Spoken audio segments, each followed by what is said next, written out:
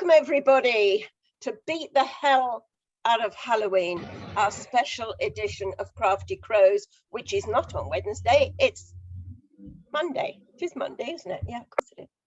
Because tonight is Halloween, obviously. We've got a fabulous lineup for you this evening. Michael Sindler, and I can't see her. Is she here? Mimi German, yes. I'm here. Mimi. Oh, there you are. Sorry, there are so many little squares.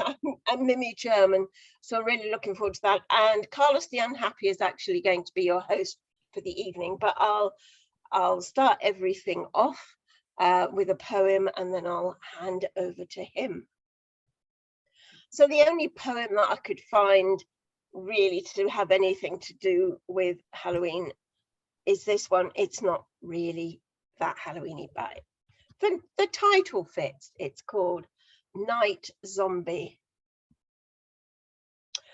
Am I the only soul in the street, standing at a window, looking out at the world, observing dark, wet roads that are silent now at 3:30 a.m.?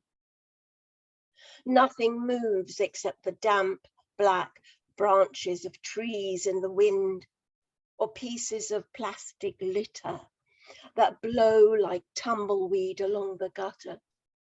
A ghost street, not even a cat to greet the dawn as it imperceptibly lightens the sky.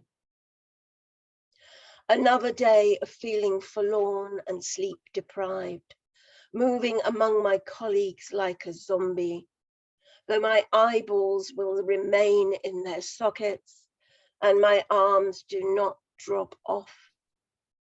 I can sense another insomniac at 50 paces, eyes reddened, face tense, yearning for sleep now that the sun is up. Vampires that shun the desire to drink blood, but crave to arise as the sun goes down.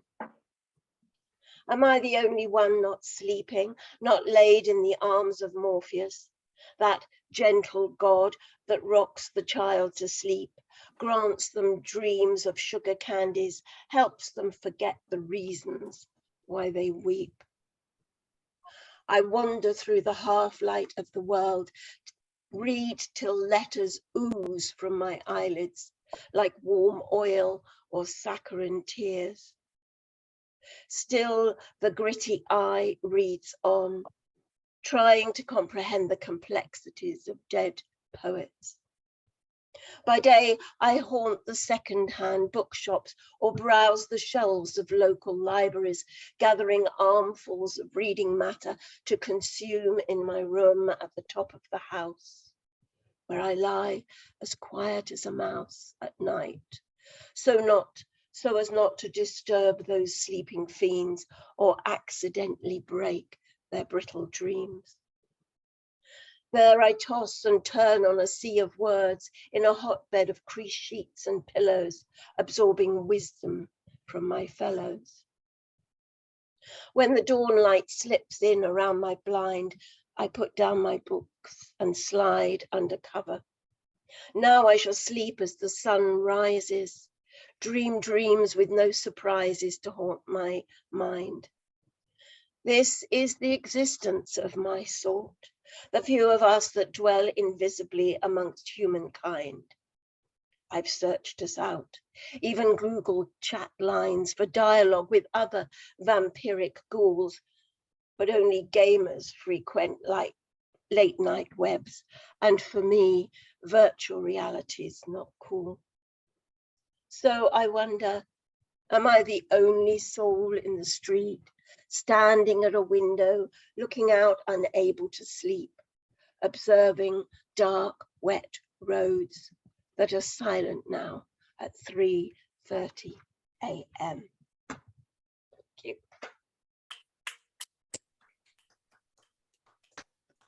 Brilliant. Thank you, Josephine. Please unmute and give Josephine a big round of applause. Thank you for kicking everything off.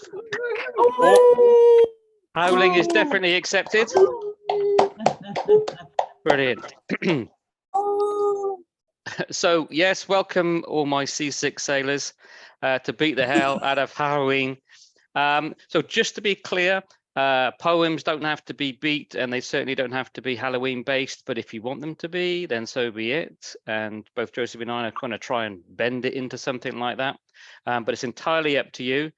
So read whatever you like. Don't forget, we're just here to share our mutual love of words and stanzas. Okay, so that means it's up to me to read one. And what I'm going to do, so yeah, if you stay on mute when people read and then unmute to applaud them if you feel, or howl tonight. And also, please make sure you use the chat to offer encouragement and repeat great lines and say how fantastic it is, whatever people are reading, because all encouragement gratefully received. So I'm going to read one which is probably one of my weakest ones, which is great because you deserve that. And it's death was probably the worst girlfriend I ever had. I think I've read this before, but it's the nearest one I could find that's going to have some kind of relevance to tonight. And I've not warmed up, so I'll probably trip over here. Anyway, death was probably the worst girlfriend I ever had. Talk about high maintenance. Skin of moonshine and thin as a somehow beautiful scarecrow. Navy blue eyes, sad, almost black flowers that trembled in the breeze. Even when her deep piercing pupils were still atune, looked away and always about to cry. You know, that welling up before spilling over into tears, though never did, in many ways stoic, dedicated to her work, barely had a night off. Or so it seemed to me. But boy, did she have an appetite. Though never put on weight, gave me the feeling that perhaps she was secret bulimic. Pretty sure I saw her spewing up souls in an alley once. One time, stooping to kiss her slender white neck, I caught a flash of her journal just as she became aware of me, and snap, she closed the black covered book with all the cold finality of a coffin lid slamming shut dead the life of a good enemy. In that moment, though, I saw snippets, the reaching words of sadness. I said nothing, and we went out. She drank glass times lots of deep dark red wine and few words, and sometimes she caught me watching her melancholy. It was then she'd try and feign a smile, polite and sweet, but which was more that of a mourner greeting guests at a wake. So I took her cold, slender hand, fragile, always calling to be held. But all that aside, I was just happy to be with her, the hottest goth at the bar. I'd neck amber ales, and together we'd listen to folk songs of maidens succumbing to the tearing jaws of tragic werewolves of the moon. In the end, it was all for nothing. I finished it, convinced she was seeing someone else. Always distracted, kept cancelling our dates at short notice, too often working late. I tried to talk to her about it, but she just sit quiet, quiet as a black candle in the dark. Beautiful as she was, I can't say I missed death, and thankfully, I only ever saw her one more time after that. Lovely, thank you very much. So what I'll do is I'll introduce the next reader, and the next one's going to be Vicky. And what I'll also try and do, thank you. Just say, well done, lovely poem. Great. Thank you. So Vicky will be up next, and then after Vicky will be Margaret. So I'll give you a heads up when you're coming after the next reader, as long as I remember to do it. Okay, so Vicky, would you like to step up and take it away, please? Brilliant. Thank you, Carlos. I really enjoyed that poem. There was some superb lines in there. It was lovely. This isn't one of mine. The poetry group that I work with, I asked them, we all had a look at doing ghostly poems for this month.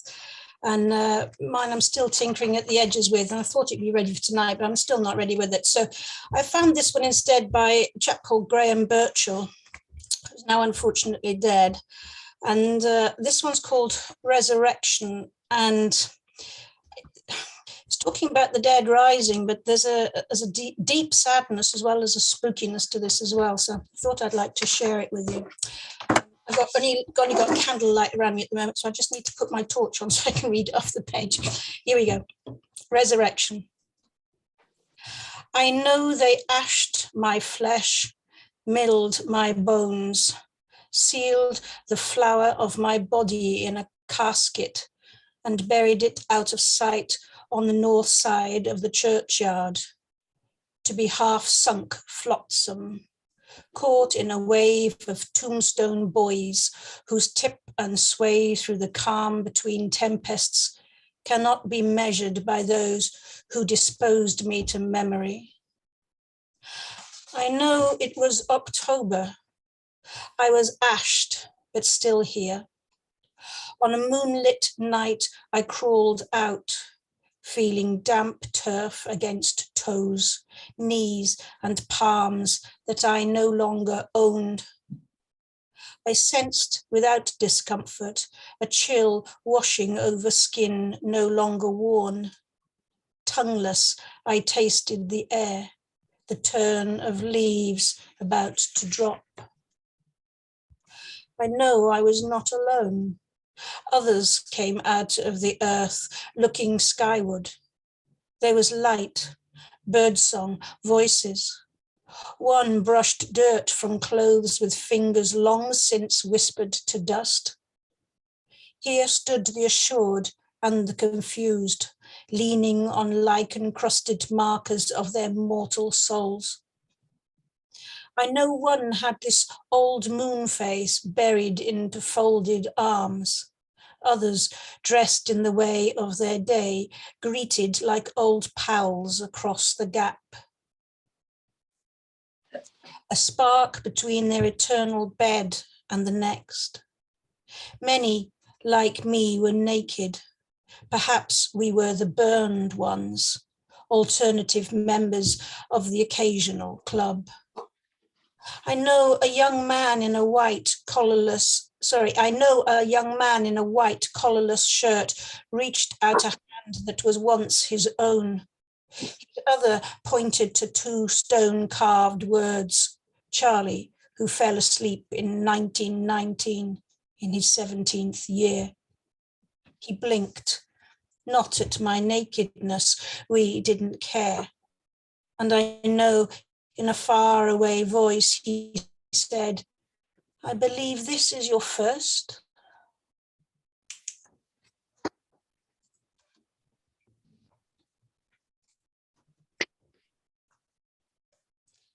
I really liked that when I first read it, and yeah, we think of all the spooky side of this, but then when we actually think what it might actually be like to be dead, and that resurrection when you've died and you've arrived at the graveyard and see everybody else coming up around you. Wow, that's quite a venal thought, really. Indeed, thank you. Yes, please unmute and give Vicky a big round of applause. As you say, very descriptive. I think someone else put that in there. Excellent. So, Margaret, you'll be. I wrote it. I only wish I wrote it. Like I said, it belongs to Graham Birchall. But you delivered it so well. Thank you very much. Nice and clear. Lovely. Thank you. So Margaret, you'll be up next, and then Gerald, you'll be after Margaret if you prepare. I've got a problem with my mouse, so I'm finding it difficult to skip between things. So please do, when people have wrapped up, then unmute yourselves and give a huge howl as and when people finish. So Margaret next, please, and then after Margaret, Gerald. Margaret Royal, please. Okay, hello. I'm going to read a poem from a book I'm in recently called Spooky Ambiguous. So I thought this would be suitable for Halloween. Here we go. Hexed. The castle banquet hall is eerily hushed. Moonlight struggles through moss-crazed window panes, illuminating dim shapes suspended from vaulted beams, rabid bats, toads spewing green slime from monster mouths, ghouls and vampires with yew stakes piercing their hearts. Her quivering finger circles the rim of a goblet. A high-pitched C-sharp 8 note screams out, cuts the air, shattering the Victorian mirror glass. Around her, witches and wizards in Halloween costume murmur slurred incantations to otherworldly gods.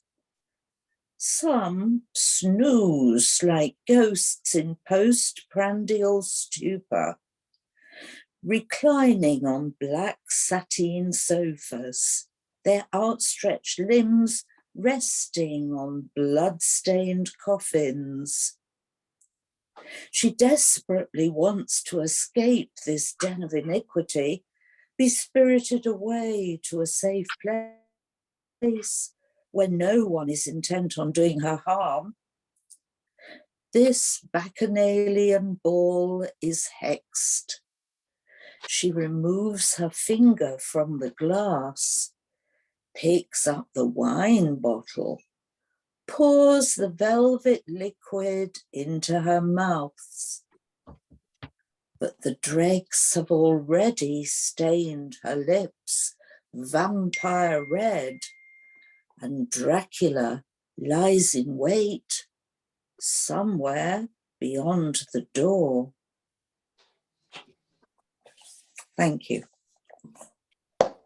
Thank you very much. Please unmute and give a big round of applause and howling. All for you. Excellent. Gerald, live from the funeral parlour. Live from the funeral, yeah. Over to you, please. Dearly beloved, we are gathered here. I'm going to do a little medley, and they're all very short. Meeting a vampire. 1. I met a vampire in a bar. Our eyes met slyly from afar. I said I'd buy the girl a drink. She downed her vodka in a blink. Her eyes grew wider, lips went red, and this is what the vampire said. How'd you like another, mate? She circled in, I ducked too late. Before she bought the second round, her teeth sunk in, and so I found that I became a vampire slave and sleep forever on her grave. The moral of this story is clear. Always make vampires by the first beer. 2, ghost food. Everyone should eat a ghost. They're very tasty, served on toast. They're low on calories and won't be missed, mainly because they don't exist. 3, the kiss. She married Dracula for his teeth, but found he had no soul beneath. She asked for a divorce. It was her mistake. Instead, they gave her a wooden stake. The moral for lovers who don't want death is ignore the teeth and smell the breath. 4, the stolen dead. The stolen dead are always near. You knock a door and no one's there. We are, they say, we can't deny it. You slam a door, the dead pass by it. You call them, do the dead reply? And do they say the reason why? Why he who stole the dead away will never let them out to play, will never let them rise today. The stolen dead, stolen away. And 5, of course, you have a choice ultimately. Dracula or Van Helsing, steak or teeth, fat or brilliantine, Cushing or Karloff. And if you're a woman, you can either scream or scream. Welcome to Hammer Horror. Thank you. That's me with a few bits and pieces from Vampiredom. Please unmute and give Cheryl some howling. Thank you.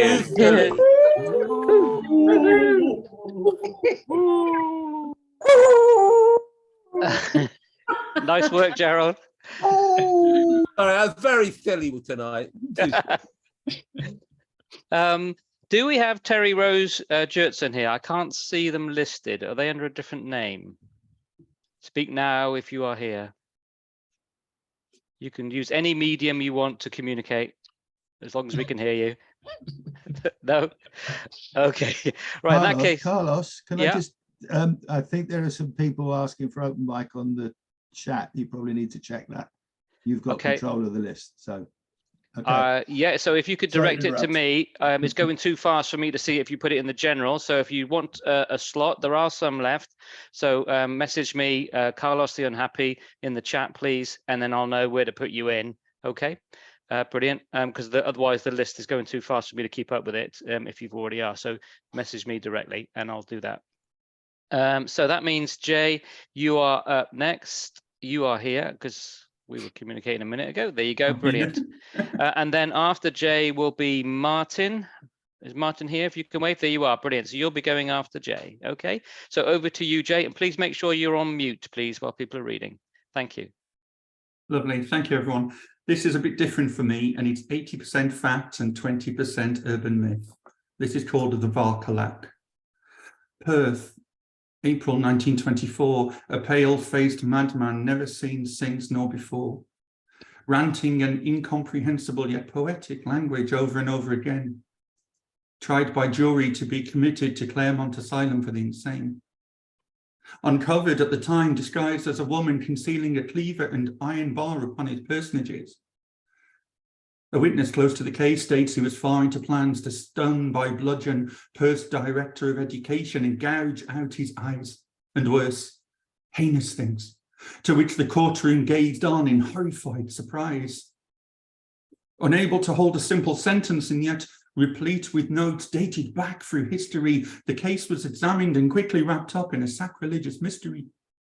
He hobbled away, uncomfortably on a withered calf and an inward twisted ankle, no statement on his behalf.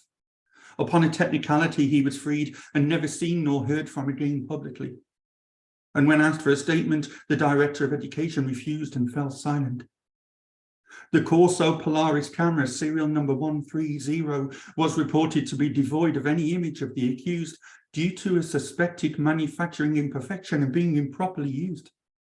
The camera was seized and never seen again. 100 years earlier, April 1824, a dreamer, a darer, a young poet excommunicated from the church contracted an unusual fever during the Ottoman attempt to capture the strategic town of Missolonghi amidst the Greek War of Independence.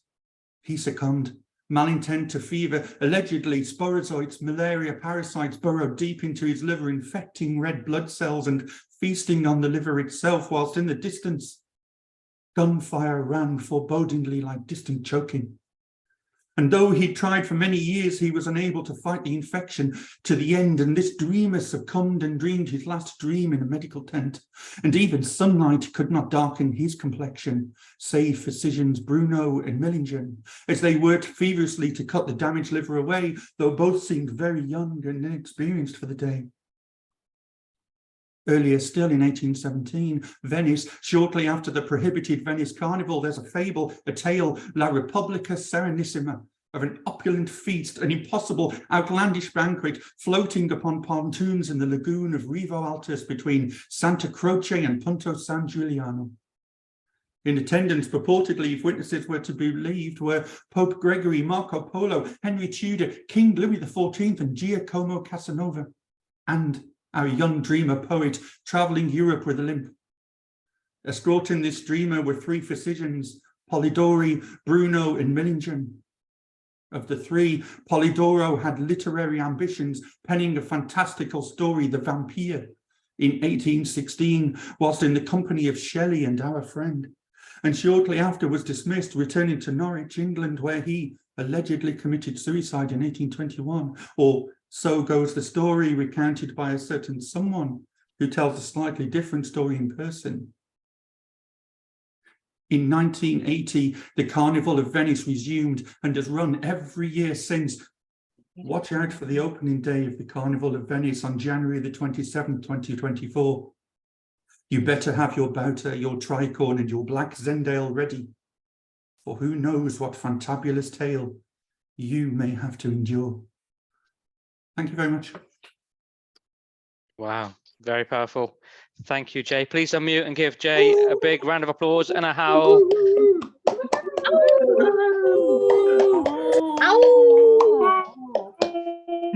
Super. Thank you. Excellent stuff. Well done, Jay. And make sure you check the comments as well. So that all the good feedback's in there too.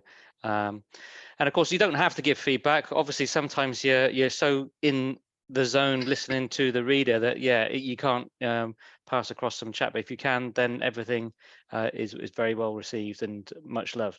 So over to Martin Parker, and then Paul. Are you here? Paul Truen, wave if you are. Can anyone see Paul here? Yes, he's here. He says, I can't see him on my screen, but he's here. So Paul, you'll be after Martin. So over to you, Martin. Thank you so much. I thought I'd do 3 short ones that I think fit with the season. This first one is about an strange experience I had in college.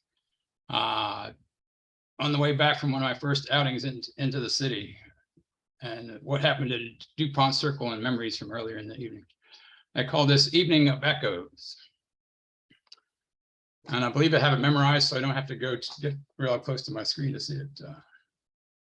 I saw punks driving by in a silver Volvo as a guy struggled to put his eye back in. And the lady said she had left some coins in her room. Fran said she checked the drawers and everything, where she couldn't stay tonight. I want it now, he yelled at the nervous man, but the banks just wouldn't take her checks. She had lots and lots and lots of money. The voices echoed from the statuary corners. There were no lights where they're going. The shadows were moving. The flowers were firmly bolted shut. And tomorrow was May. Hawaiian rings hummed at a crossing round midnight. So she'd be getting a whole bunch more. And the broken bits of raw spaghetti fell slowly from my hand. And this next one is more of an autumn one, a little bit more traditional. And I think I might need to do my disappearing act here to be able to get close enough to see it. Cascading down a flaming hill, they form a gently swirling pool. Leaves of yellow, orange, and red. Across the meadow field they spread, their fiery colors somehow cool, alive with motion, standing still. And then perhaps my only real Halloween poem, another short one. Yellow demon mask, dancing side to side, swaying to an uneven, silent rhythm, fading in and out, features slowly changing, always moving, strong then weak, it flickers then flashes, mocking the sun. And thank you very much. Excellent, Martin. Thank you very, very much. Really good. I love those. Thank you. Towel and give it up for Martin. Thank you. Excellent. And very autumnal as well. So Paul is up next, and then after Paul will be Mr. Peter Lay, who we know very, very well, and he's always welcome to take the mic. Doesn't do it as much as he should, I don't think, in these sessions. So yeah, Paul, over to you first. Okay, well, this is my only sort of vaguely kind of Halloween-y type poem. I had to do some research into Christian serial killers for this one. It's kind of got a bit of a theological study, so it's called Son of Hope. The vicar was in full flow, bellowing the words, reading from the Bible, a relic, lying on a brass eagle. Whoever would not seek the Lord, the God of Israel, should be put to death, whether young or old, man or woman. Then he climbed high into his pulpit, looked down at me and began his sermon. In full gusto, I could tell he was enjoying this moment, his flock braying at his every word. My mind flashed to the posh cars in the car park, the eye of the needle, Millie dredging her purse for last coppers during the offertory, as the collection bag was shook in her face, and those in Sunday best proudly stood tall to receive congratulations for their score, their bullseye, placed with precision. From above, the rant continued, condemning me for my non-belief. My mind raced, a life with fire, heavy metal, and women in leather, over harps, clouds, and cherubs with arrows. He's telling me I'll face death, the most painful kind. But last time he said that sinners can repent, find solace in God, be welcomed with open arms. I wonder if Sutcliffe or Shipman receive redemption for their religion, or the son of Sam with his repentance will make it past the final judgment, or when the headlights flashed, holding fish in his ritual, his sacrifice, was that the angel he wished for? Wow, very good. Please unmute and howl for that dark, dark poem. Well done, superb. Lovely lines in there. Good stuff, Paul. And now we've got Peter. So Kate, is Kate there? Kate Donnelly. I've got Kate Wegsrin. I don't know how you say that surname. I don't think Kate, the other Kate, is here. So it'll probably be then Ivor after Peter then, unless Kate makes herself known to me, perhaps. Kate Wegsrin, probably. Like Yeah. what you said. But I don't think she's here though. What about Yal Enepesos? I know Spanish friend. Yeah. Okay. Yeah. So Peter, over to you next then. Okay. Just in honest honor to the Venice poem, this is my original Venetian mask. So I thought I'd put it on. Okay. I only really have one poem that will fit this sort of scenario. So this is from about 2021 or something. It's called Fallen Angels. Fallen angels tear at my flesh, tormenting me to lust.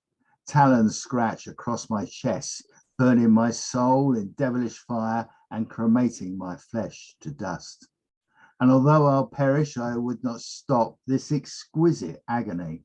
They have me, body, mind, and soul, and I can never be free. Fallen angels with hair of jet and skin of alabaster, blood red lips and teeth so sharp, eyes that glint with fire.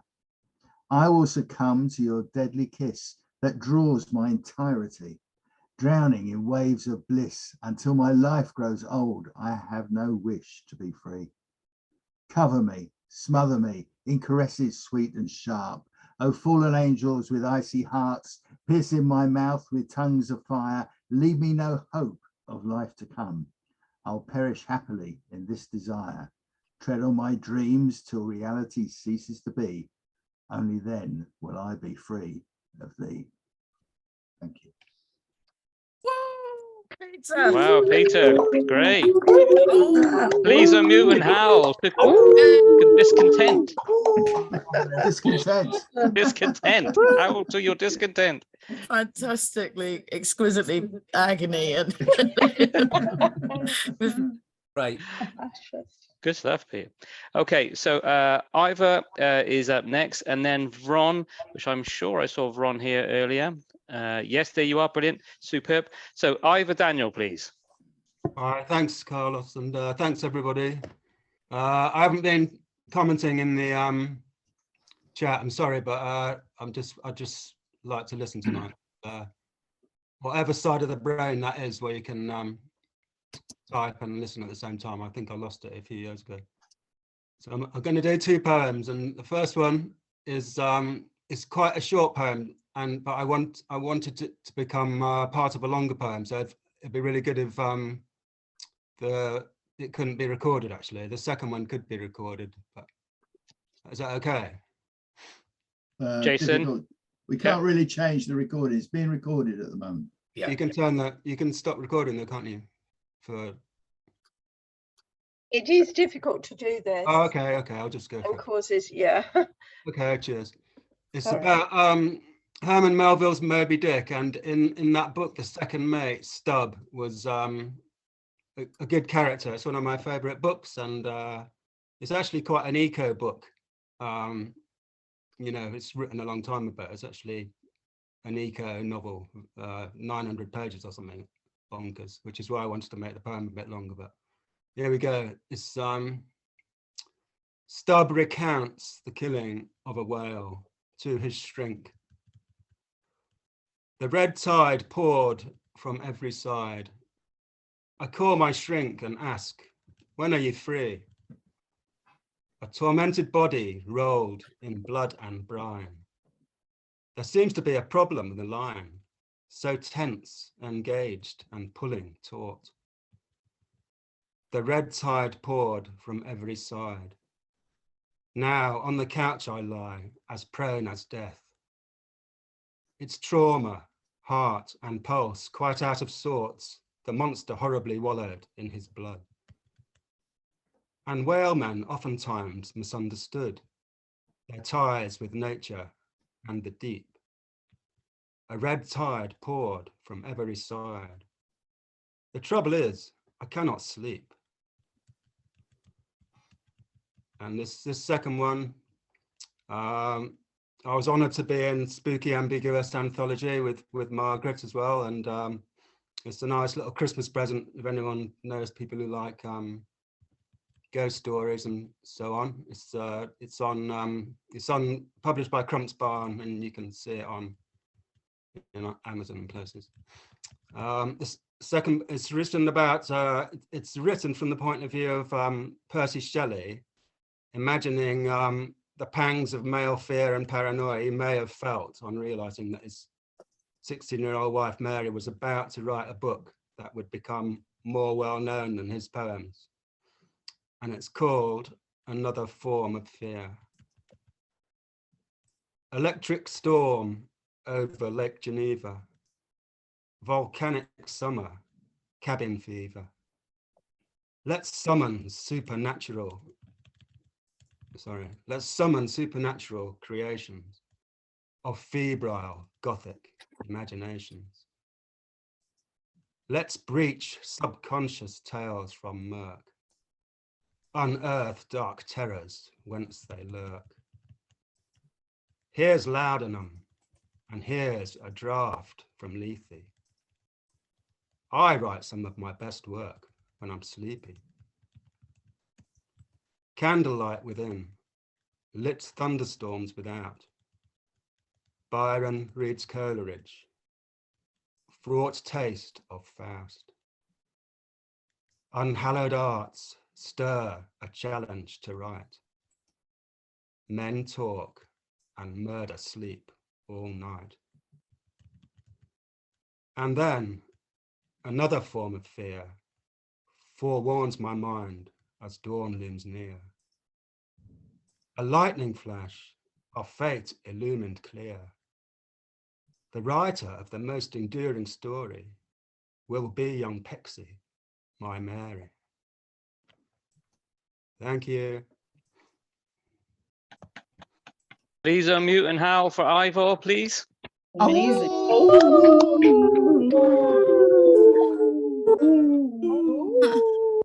Superb.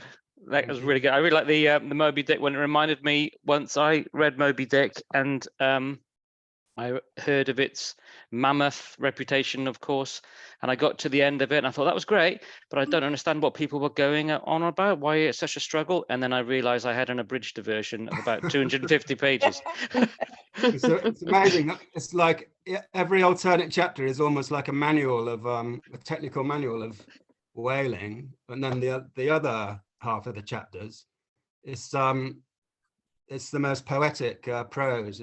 I love it. I've read it about 3 times actually.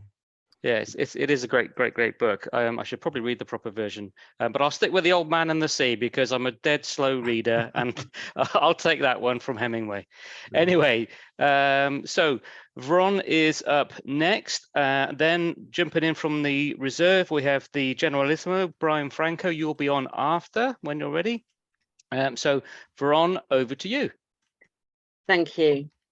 This is a poem in praise of the turnip.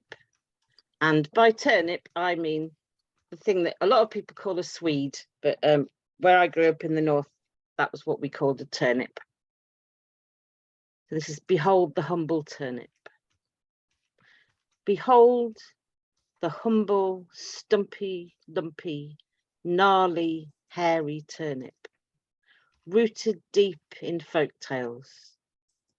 Famine food, wartime food, round as if lathe turned, heavy, hard, skin flushed purple, flesh white or yellow. With knife, heat, water, alchemy, turning soft, sweet, delicious, buttered and peppered. Turnips, you are not posh or elegant. Chefs don't vie to create turnip 5 ways, but neeps and tatties, the glorious earthy oranges of Clapshot, Cornish pasties, Branston pickle depend on you. Denizen of the underworld unearthed, you are our link to the world below, carved painfully into lanterns at Halloween's gone by. I can still feel the soreness of my hands aged 7 from digging out your flesh the hard way with a spoon, cutting crude eyes, nose, mouth with a knife, hacking straight lines that slip further than intended. Can still smell the strange sweet perfume of singeing raw turnip flesh as the candle flame flickers under the lantern lid. Can still remember that moment during the ghost story when the turnip fell over with a bump, scaring us half to death. Over the next few days, the face dries out, sags, collapses. As one day, ours will too. Life and death are beheld in you. Thank you. Wow. Please unmute and howl and clap. Turnip. Old school with that turnip instead of a bump. And I'm really missing English food right now. I've got turnips, so Amazing. Yeah, I could smell it. I could smell the turnip. We got turnips here. Got turnips here. Dane, what did you say? There's a good reason for that. I wouldn't bother. But there you go. Each to their own. So Brian, you're up next, and then Naima will come after. So if you prepare yourself. So over to the Generalissimo, Brian Franco, please.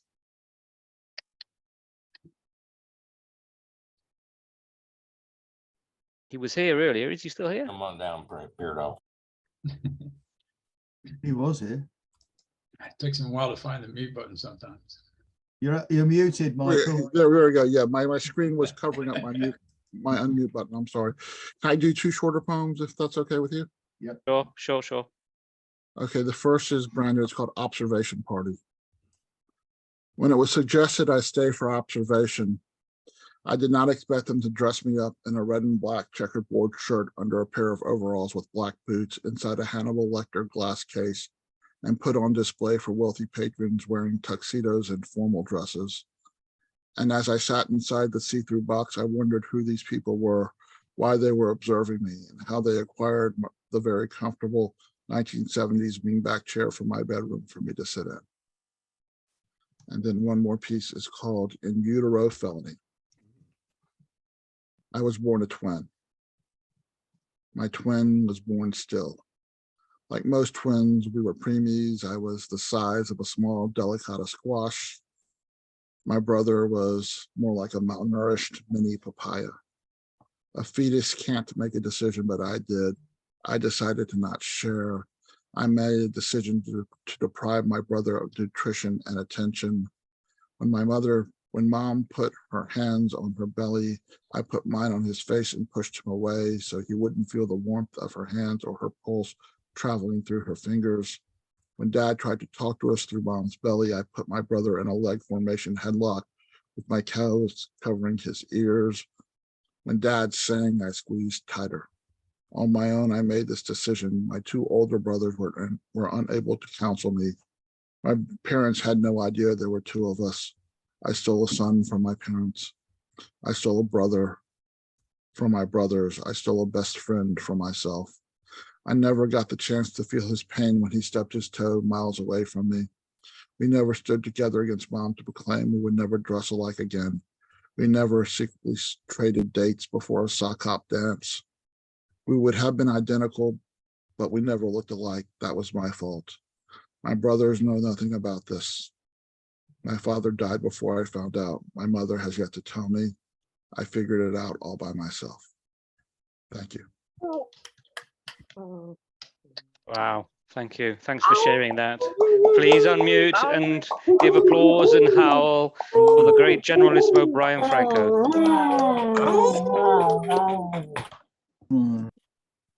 Excellent stuff. Thank you. Okay, so next we have up is Naima, and then Terry Rose. Over to you after Naima. So over to you, Naima. I haven't got anything spooky, so I'm going to share a beat piece. Off the track with Kerouac. Weary but winged in a freight train carriage with Jack, shooting the breeze about nothing in particular. Americana scenes reel serenely past, tumbleweed, drifting where the wind takes us, pondering on path through handmade filters, rocked by the jolting pulse of disappearing tracks, sticking it to the man, cutting loose from the plan, our taut tongues poking holes in their fool's gold, faster and faster down the track, fighting the urge to look back, marinating, nothing behind us and nothing to unpack, Huckleberry and Jim, sailing away from the fold, landscapes altered, yet the memo still stands. We are the disconnected and rootless, knocking back bottled margaritas and rolling, catching connections with a gallery of lives, seeding the shackles the boss man provides, done with their wars and fork-tongued extolling, uprooted by the suited and ruthless, hitting the road with Jack, Screw picking up the slack, carried for scores and scores, we won't be back no more, rolling under the stars, where the moss cannot catch us, watched by gnarly junipers fighting vengeful elements, the crackling campfire sparks, who dance with the fireflies, toasting s'mores, the flames shimmying in your eyes, our mauled minerals settling with the earth's sediment, savage spirits latching onto Mother Nature's breast. On the road to nowhere, we must visit one day, where their schemes will be played out and currency finds no hands to spend, as the earth chokes on their butt ends, our voices too buried to shout. But for now, Roman candles burning with hopeful bouquet. Thank you. Please unmute and clap and give Naima a Ginsberg howl for that brilliant beat blow-in. Thank you very much. Thank you. Superb. Excellent stuff. So one more in this open mic session before we switch to you, Mimi, so if you want to prepare yourself. And that's Terry Rose Jurtson. I think I can see you there, or I can see your book cover, I think. Hi. Hi there. Welcome, and over to you. Okay, I have some 2-sentence horror stories. So if you give me 1 second, I will get over to that screen so I can read them.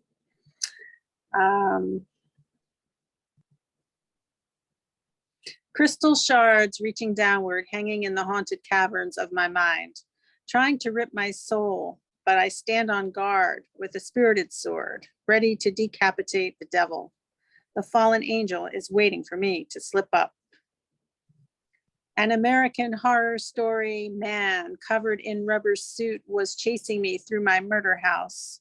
Me screaming, I stupidly set myself up to be his next victim. Vicarious, veiny vessels vacillated voraciously. Venomous vampires' victims vanished. Knots in my stomach tighten as your boa constrictor words squeeze really hard around my throat. Gasping for air, I try to scream as you choke out any chance of freedom.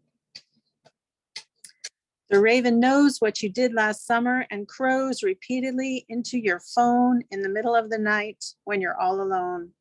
Caw-caw, caw-caw, caw-caw. What does the raven know? The raven knows where the bodies are hidden and perches on the storm of silence waiting for you. I always feel like somebody's watching me. X-ray vision eyes peer through walls, through cutout holes in Dorian Gray faces hanging in elaborate picture frames. That time when he said, hold still. And we eyed each other suspiciously. We were naked, combined, motionless, tidal wave approaching, unbeknownst only to me, due to appropriate G-spot pressure, releasing a volcanic earth-shattering eruption, bringing confusing emotions. Afterwards, he slowly withdrew, knowing that it would be the last and best time. Thank you. Thank you, Terry. Please unmute and clap or howl for Terry. Be fit. Show your... Okay, great. Thank you. What a great first set of the open mic. And now we're going to move on to Mimi Gurman. And it's such a great pleasure for me to introduce my friend, a great emerging poet, yet a poet who is, I think, already so accomplished with the work that she's put together. She shares her time between the streets of Portland, Oregon, where she is an advocate and poet for unhoused people, and also which I think she's actually coming from today, the wilderness of Oregon's Great Basins, Steens Mountain near Alvord Desert, out in the desert. Her first book of poetry, Beneath the Gravel Weight of Stars, was published in 2022, and I personally implore you to get this book. I had the pleasure of reviewing it for Jason's Steel Jackdaw, and in doing so, I also interviewed Mimi, and I'm honored and delighted that you took me in as your friend, Mimi.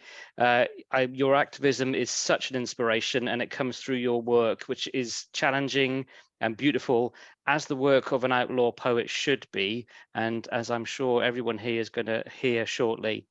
So her poems have been published in the new Beat Generation Beat anthologies, Steel Jackdaw, the Sublunary Review, the Hopper, the Mantle, 3-line poetry volumes 51, 52, and New Verse News.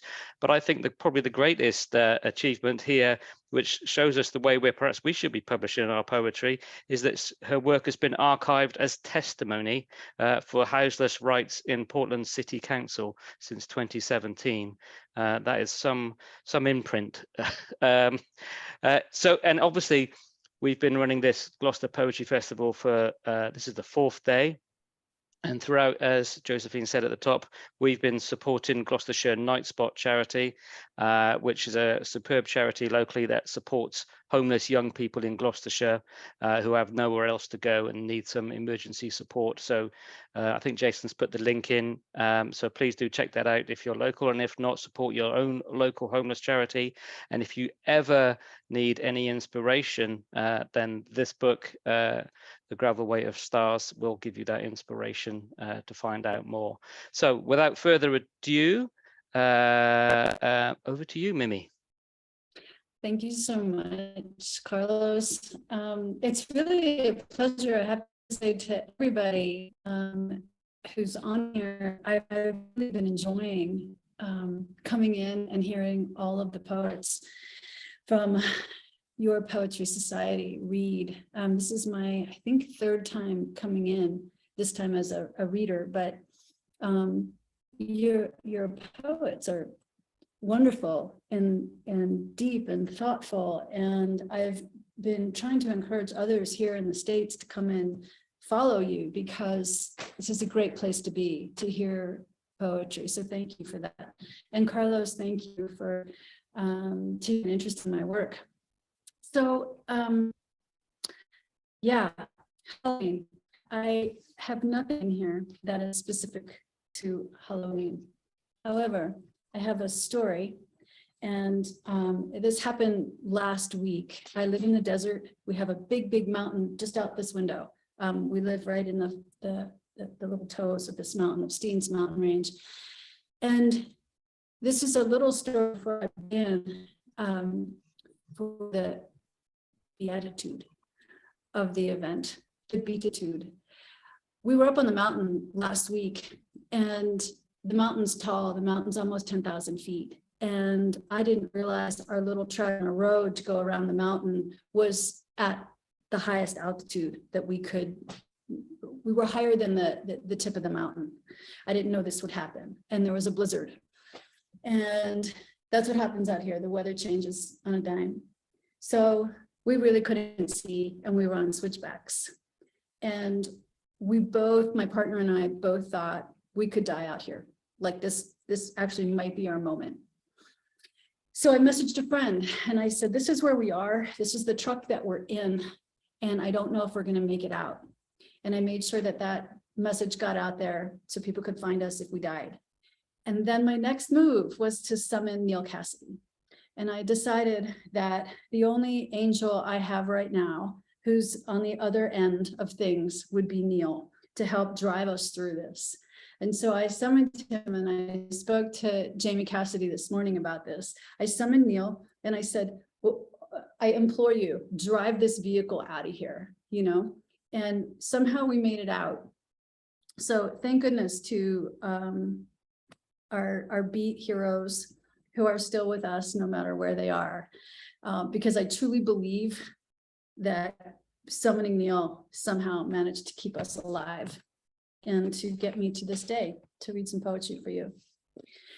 So these poems from this book, Beneath the Gravel Weight of Stars, were all written from my work on the street, working with people who live outside. And this first poem I'm going to read is called Unsheltered.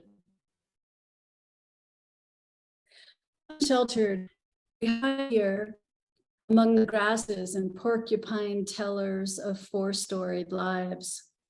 Braided we thrush, then are shorn.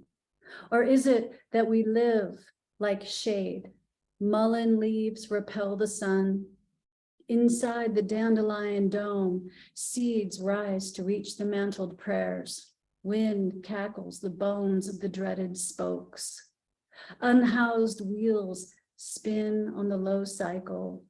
The bourbonous Tuileries of the dirt fairies dance. Sticky pitch the starlight gaze. At us, the mirror cracks. At us. At us, where is reflection? The avenue of sleepers hardens our shards. Indigent rain on the relic road, we muddy drift deeper down the Mullery's mire. The same moon in the town that shivs this windowless view keeps a lover in the lake for the fisherman's wife. On the lip of luscious insanity, we wither on this sog canal. The next poem I'm going to read is called When Are the Buds? This is the most Halloween I could come up with. When Are the Buds is about the essence, the literal essence, the scent of what it is like to live outside with unhoused people in tents that are worn, in tarps that are full of rain, and with no way to cleanse oneself. When are the buds? I suffocate in the stench. Curdled porridge congeals the rim. Today's uncomfortable boots and the leftover wet pants moon stink, like the miller's cheese cellar and the rotted mouse head, the torn of the opened tent, the ant zippered rind, Skin of stale cream in the coffee cup, glare punctures goodness, argues against the autumn rose, pungent, licks the banisters bitters, cruel stench. The winds swing this foul, permeated clothesline of the rotted holy sock, branches trapezed and fevered, scabbing thick clot air in the roiling dumpster, dog shit stain on a tired shoe. The church smudge chokes the corner lot, marshmallow semen streaming the concrete dank. This cunnilingus air, this daily bloat, sorrowed earth. When are the buds that hide the thorns? My nostrils glue to the blanket stink, the bulge of bulb-nosed statesmen, the parade of bloat, the pomegranate eyes, a bowery of stars in the mop slop bucket. Fallen ash from the chimney stack skid the musty railroad ties, the wet stub smoke, the lead sill lean, such an abundance of chipped beef stink, the breathe of breath, stale scour, drippings of the slow-cooked peasant, stench the cubicle square. Rush hours daily, the swivel of suit and tie, leggings, run the ceiling, dinner burns the dollhouse down, the stink perfume warbles the slough. Monkeys toss their shit, old man gags on his spit, termites guard the cellar where the babies are buried. Drool-tipped cigars smoke the boardroom priests, silent prayers from row house row, a side dish of roadkill for alms. When are the buds that birth from thorns? Nicotine sunrise combs the child's pasty hair. The desert bloom heaves. Cactus eyes the salve, souring on the vine. Even a corpse scented death has nothing on this bloom, this 24/7 wilderness of stink, the vile loam of night, its Bacchus morning burp and rancid dreams. The lake drowns its fish.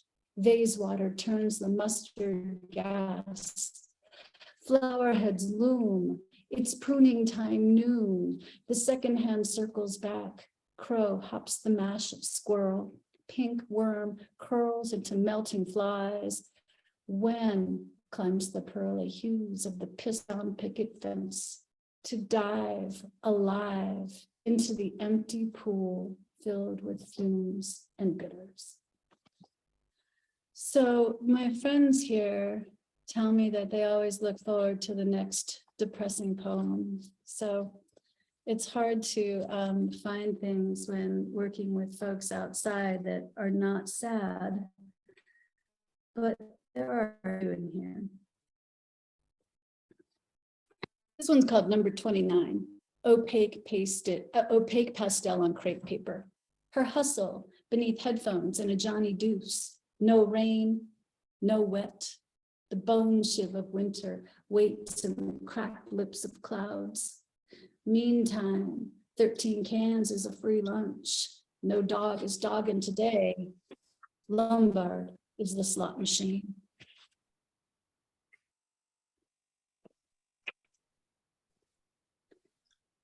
I'm going to read another two from this book and then move into some more of some poems. How are y'all doing? Everybody's okay? All right. This poem is called Despite. Despite the thorn of winter's buds, sprout the heartstrings of spring. Beneath the wisps of the bending branch, tent people murmur, huddle round the candle fire. The sweet honeysuckled vine, it is 4 a.m. Dark tendrils retract, forsythia yawns, remnants of a leaf tuck into mud. The pink tutu clings to the receding wing of night. Chimed hellebores arch their backs in the yawn. Bluebird shuffles on the perch, the sheer boast of morning.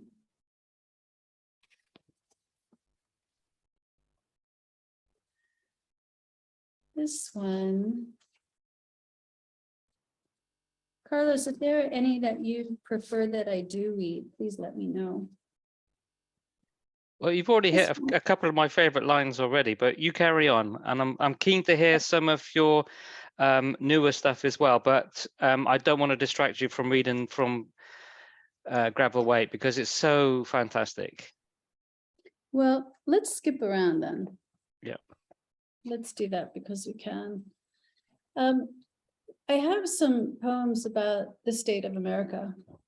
This one is called 1,000 Grains of Sand. This is not in the book. America, the dominatrix, empire of 1,000 grains of sand, whose masters ink in the high heels of war whores, whose circle jerk at the feast of landlords while spilling slop bucket prayers to the poor. America, how necrotic your soul. Your poets cringe in the wake of your obscenities. Your rotted stench of henchmen, pillagers of lands once verdant and alive. Your orchards of poverty grow seeds of death. America, the illiterate, you were never ready to leave home.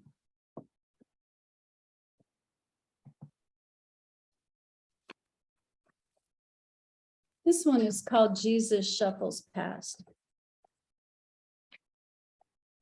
Jesus shuffles past the driveway with the dying cat. Nothing really lives anymore. Existence is all the rage. Dreams are soulless in the black and white of the TV din. This is a long highway paved with no mercy, where a silver lining daydreams dandelions through the gas chamber of the heart. Haze, rooks colors between promises lost. Poets tangle in the intractable wildness of a star-blazing peyote sky. Castaways like shadows ride the road trip of the mind. Autumn leaves sound the bells of fallen days gone by. This train is rolling slowly down the glitter of the broken track to nowhere and then some.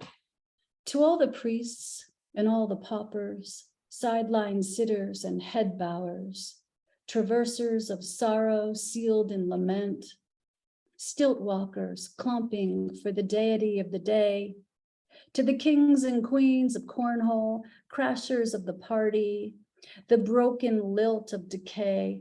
No matter how you tried, the crow will forever never be the raven, the insolent sow, never the milk-dripping cow. In the parched hairs of the hour, we are woven into tatters.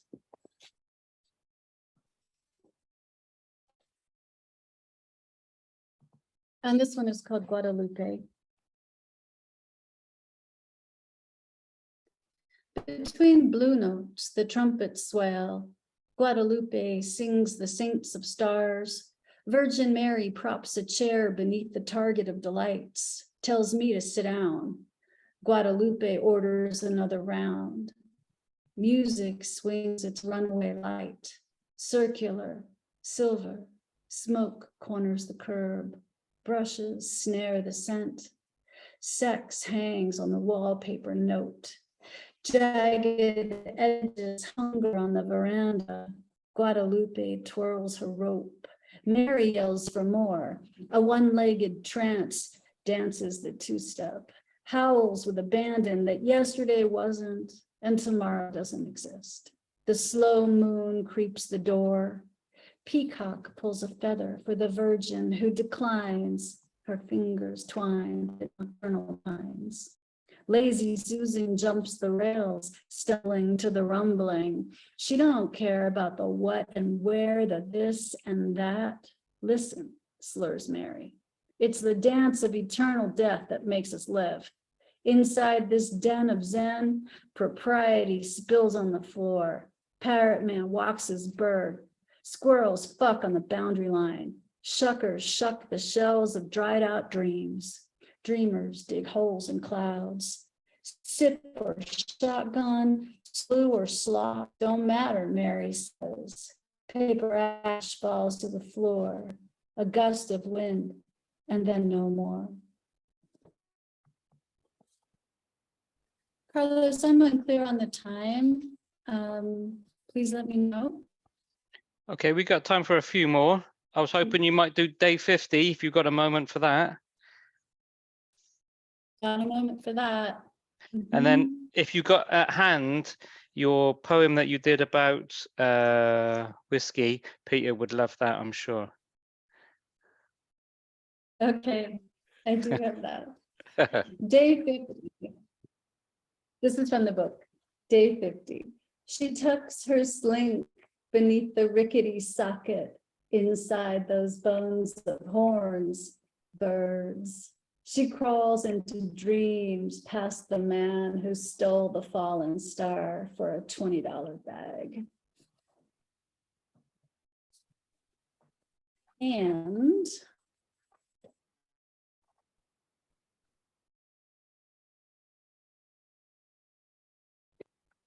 so the Jack one, the Jack drink, is that the one you were talking about? Yeah, that one that was almost unbroadcastable. Yeah, that one. Oh, here it is. Dear Jack. Dear Jack. Okay. This came about, I don't know, somehow with the conversation between Carlos and myself. Dear Jack, in these early hours when persimmons glaze the tired eyes of morning, after the desert floor is wet with spill of leftover Shakti and candied crescent moon, I wake, thirsty for you on my tongue, to sip from you, to arouse you into the husk of day.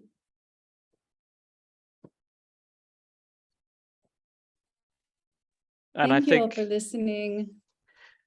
did you want to choose one more for yourself to finish on, or you got another short one for us? And then we'll wrap it up then. Yeah, sure. Or a concluding poem, whichever you prefer. I will read as a concluding poem my dedication in the book. So my dedication page says, it's a poem that I wrote to my family who lives on the street. When the wood is too wet to burn, I will feed you melons and the songs of birds. Beautiful. Thank you very, very much. Please all unmute and howl and applaud as you see fit, which I'm sure is loudly, for Mimi German. Thank you very much.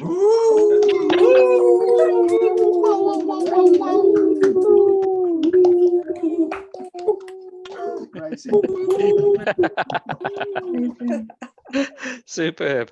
Okay, that ends the first half. We're going to have a short break now. We're running slightly over, so maybe if we come back at 2 minutes past 9, then that'll give you a chance to have snacks, chocolate, beer, whiskey, beer, smoking things, and all kinds of other evil Halloween type stuff, I'm sure.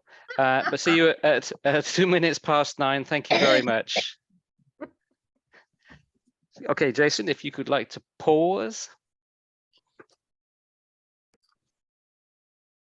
Recording in progress.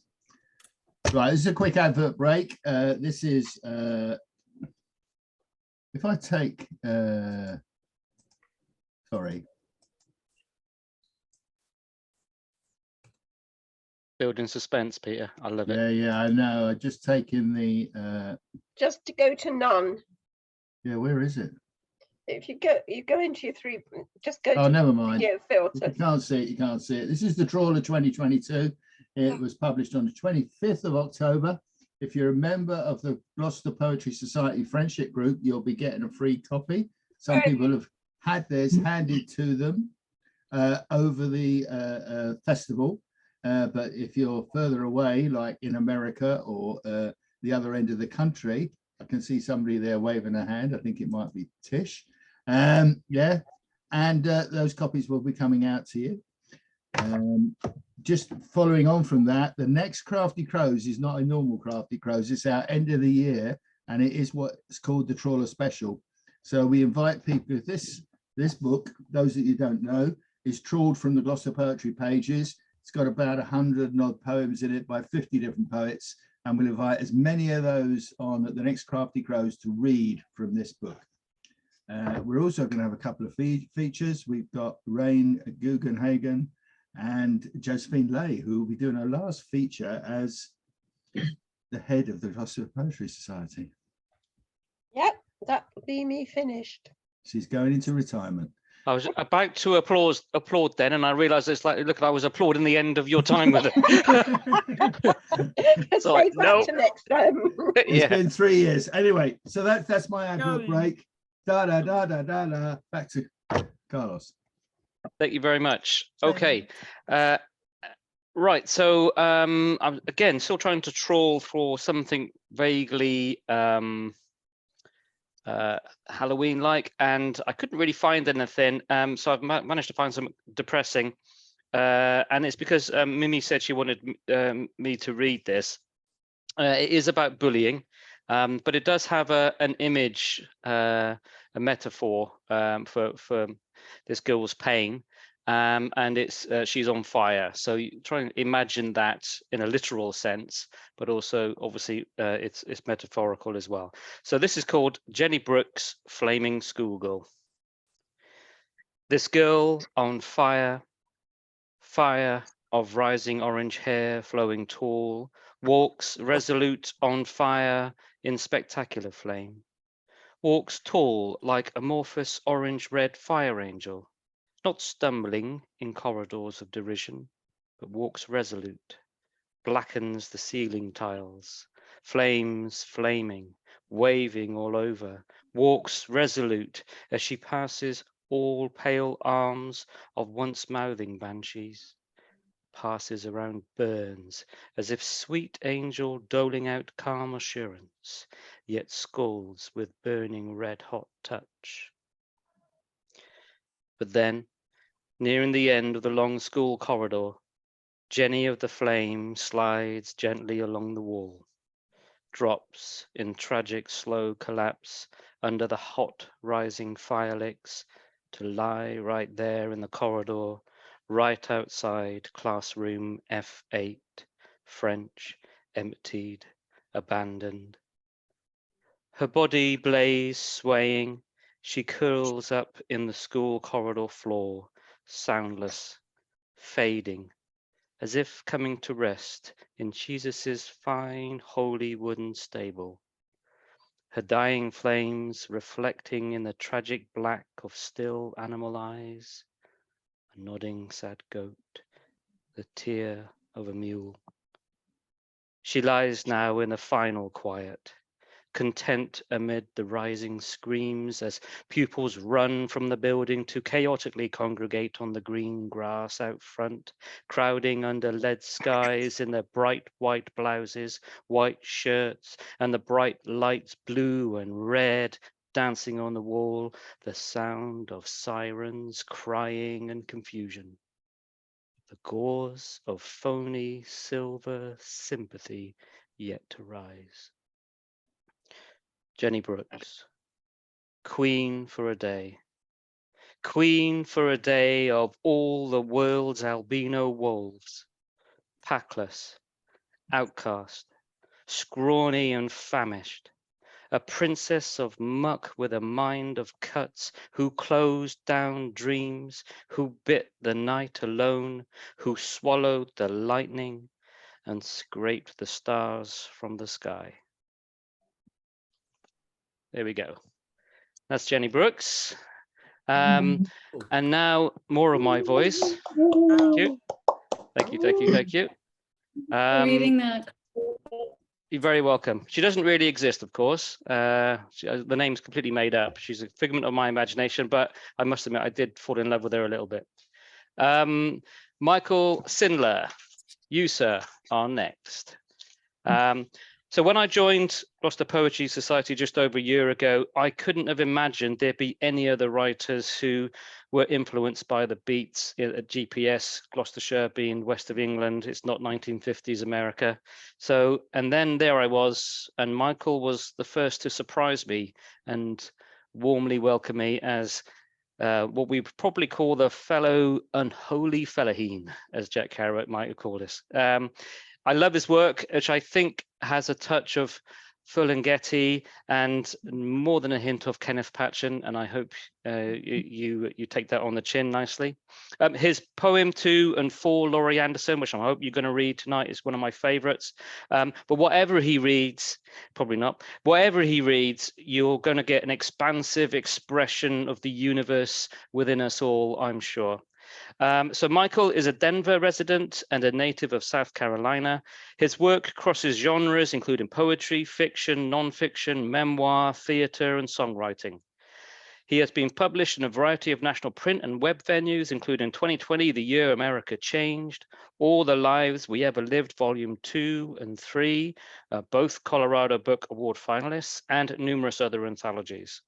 He has collaborated with and participated in a number of media bridging projects and productions with museums and art organizations throughout Colorado, and he has featured and facilitated in virtual and even real life as an actual human being with other human beings, poetry readings, performances, and workshops across the globe. He is 1/3 of the Bearded Bards of Bardo, a Zoom-based transcontinental poetry performance collective, and he is here for you tonight for free-ish. Here he is, Michael Sindler. Hello. Yes, coming to you from Denver, one of the true homes of Beat, 2 blocks away from where Ginsberg lived for quite a while, and right down the street from where Neil used to hang, among other things about it. But I'm sorry to say, Carlos, you're not going to get the stuff you expected. These are some more Halloween-y kind of pieces. So that being said, I'm going to start with one of the lesser beatish kind of forms. This is a sonnet called Burn Bright for WB. If you're traveling through these woods tonight, be prepared. The wind smells of violence. Do eyes within some distant deeps burn bright? Can you see your fate through clairvoyance? Perhaps your path will meet no obstacle following constellations, ancient guides. But the tragic tales these patterns recall may leave you in this darkness petrified. Destroyed like Actaeon by Artemis, transformed into a stag and then brought down. Orion too, as well as Adonis, by boar, by serpent, and by savage hound. Avoid the symmetry of tiger's might as you wander the forest of the night.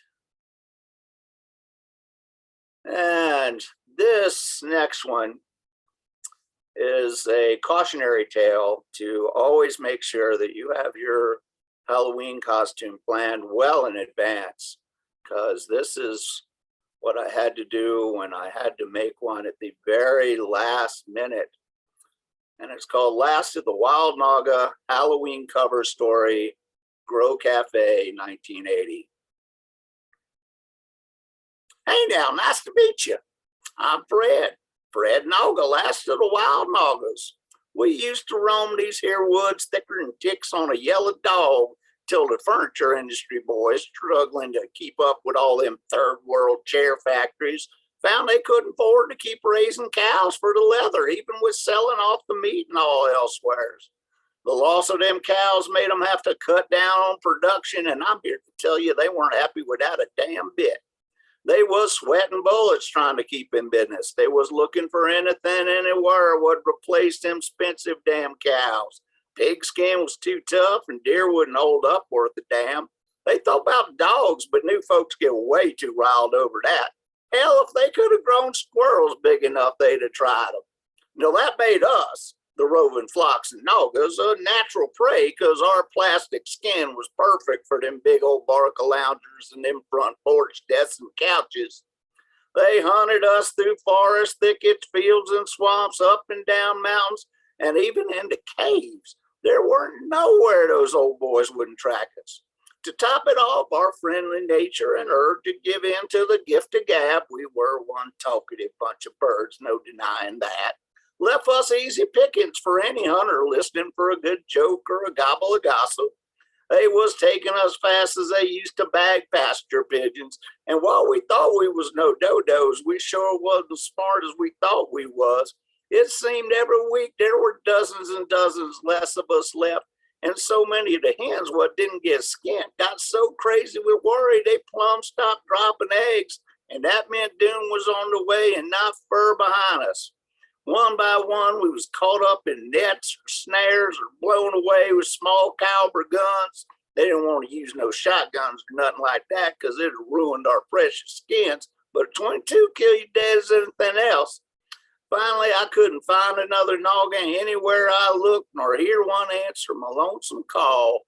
So now, like a foul version of old Ishmael, I'm left alone to tell the tale. Luckily for me, them hippies and ecologic tree huggers got the government to fix me up with a protected status, whatever that means. But I'm still always on my toes and watching my tail, on guard against poachers aiming to turn me into one last footstool or beanbag chair. Even though them furniture boys both all been run out of business or forced to find something else to cover their damn chairs and couches and whatnot with, I don't trust them. And you know good and well, you don't blame me for being kind of chicken about taking a chance on getting skint. It's tough, I tell you, having to live in fear, always looking twice before you cross the road because you don't know who's or what's on the other side.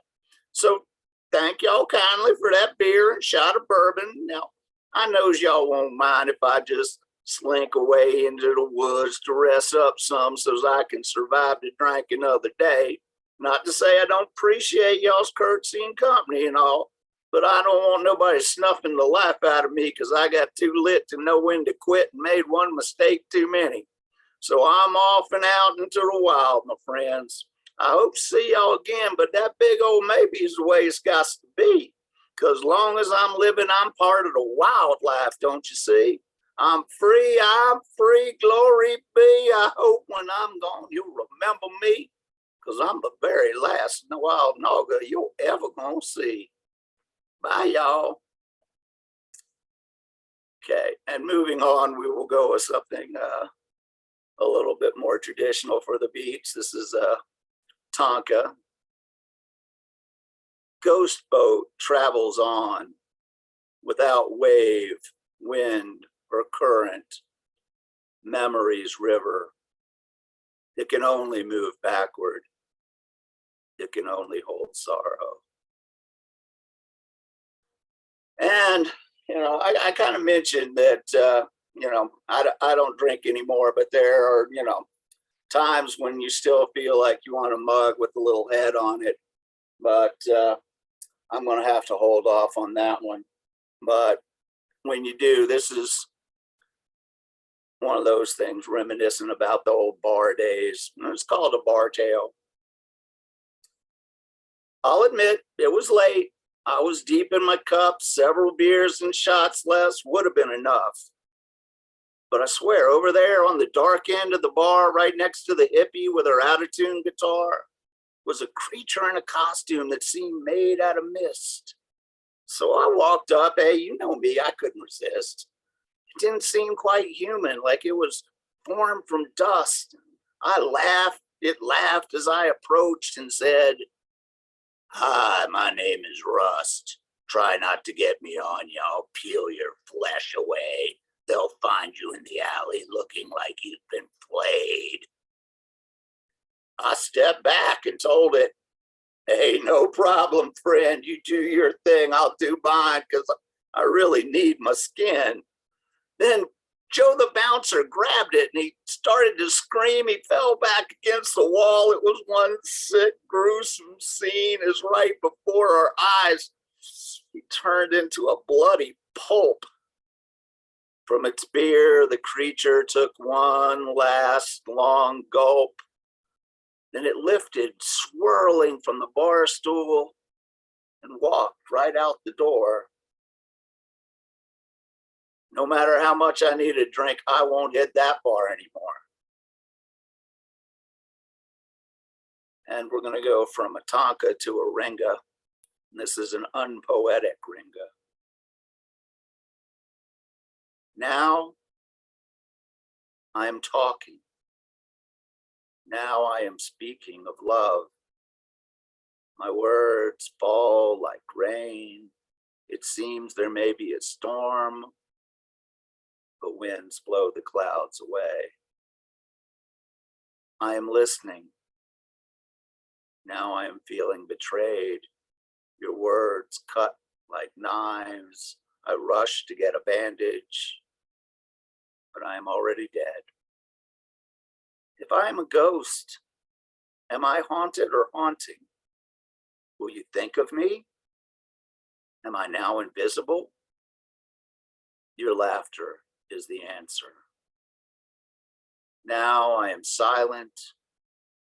The storm has dissipated, drifted in silence, but the precipitation continues unabated.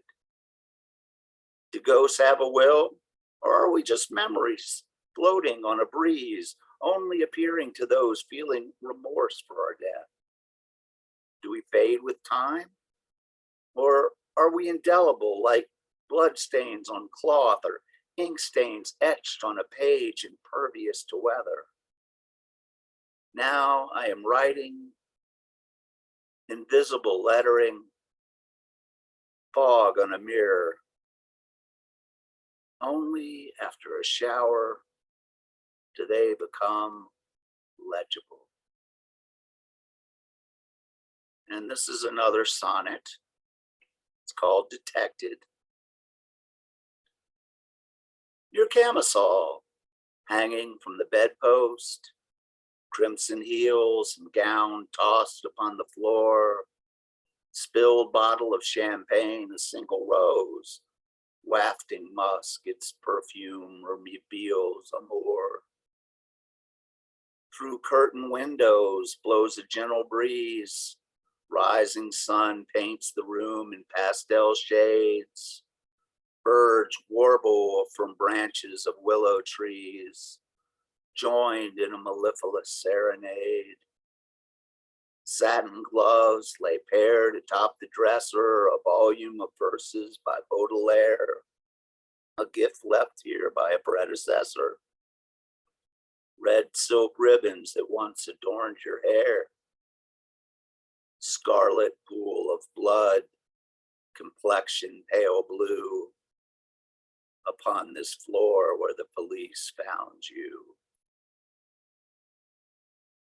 And this next poem, sort of the poem that got people first listening to me a bunch of years ago.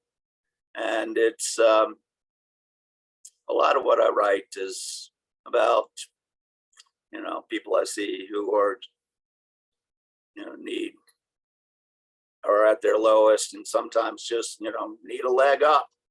But this is called His Alley. It was his alley now. It had been others through the ages, but now it was his. He knew every square inch of it better than a gardener knows their lawn. He knew which backdoor stoops office workers left the best, longest butts at after smoke breaks. He knew which dumpsters contained the most aluminum for recycling and the least contaminated precious food tossed as garbage. He knew every pothole in the puckered tarmac well enough never to misstep even on the darkest night. He knew which exhaust fans were warmest and best to huddle in front of on cold nights when icicles hung from the enclosed bridges above his head. He knew the crevices and blind barriers best to hide in when the wilder, meaner sorts came through to tag with paint or torment as a sport. He knew the best archways, doorways, stoop steps, and grates to make his bed on, places where daylight was minimal, for sleeping at night was to court disaster, and cops didn't bother with. He knew which drains and grates to pee or let loose his bowels above and into. He knew the windows he could peer through to attract the attention of kind busboys and dishwashers who would slip him an odd, hot bit of sustenance. He knew where not to linger for fear of some apartment owner's wrath. He knew which feral dogs would bite as they sniffed about his high-walled open-air abode. He knew the types and names of every bird, insect, and mammal sharing space and cast-off crumbs and rotting garbage and weathered perches of brick, metal, cracks in walls, sills, wires, and tufts of weeds and grasses. This was his alley. And though he might venture away to panhandle for change or smokes, get a shower and a meal at a shelter, church, or mission, it was here he returned to faithfully. And with less fright and sense of failure weighing on him, spend hour after hour counting bricks and watching condensation drip like some special slowed down fountain put there for his solitary pleasure. It was his alley. And it was there he was found, arms akimbo, frozen to the asphalt, his last breath having left, his very being eaten, gnawed by cats and rats enjoying a rare feast. It was his alley. And even now it still remains his in ways. His meager bag of clothes and books is ripped, its contents scattered throughout the block. The stains of years of urination at patinaed metal, his attempts to undo or avoid desperate boredom, leaving small piles of stacked and strategically placed tiny monuments of gravel and stones nicked from planter boxes, gardens, or construction sites. Some cooks and delivery drivers laugh and swear they still hear his humming, cackling laughter and his buzzsaw snoring late at night, but they are in fact speaking just to spook new hires. Though by doing so, they keep a memory alive, a history of a nearly forgotten, forlorn soul that made this alley his final home, in this place to live and die alone, a place that with no deed or title he could still call his own. This was his alley. And this one is a triolet, French form. And it's one trying to get my head around. It's called Farewell to Earth. With every mile, I miss you more. This face I will not see again. You contain all that I adore. Your liquid face, your molten core. With every mile, I miss you more. Within my heart, I feel you spin. With every mile, I miss you more. This face I will not see again. And I'm going to leave you with a haiku. We're all coyotes in thin air beyond the cliff. Try not to look down.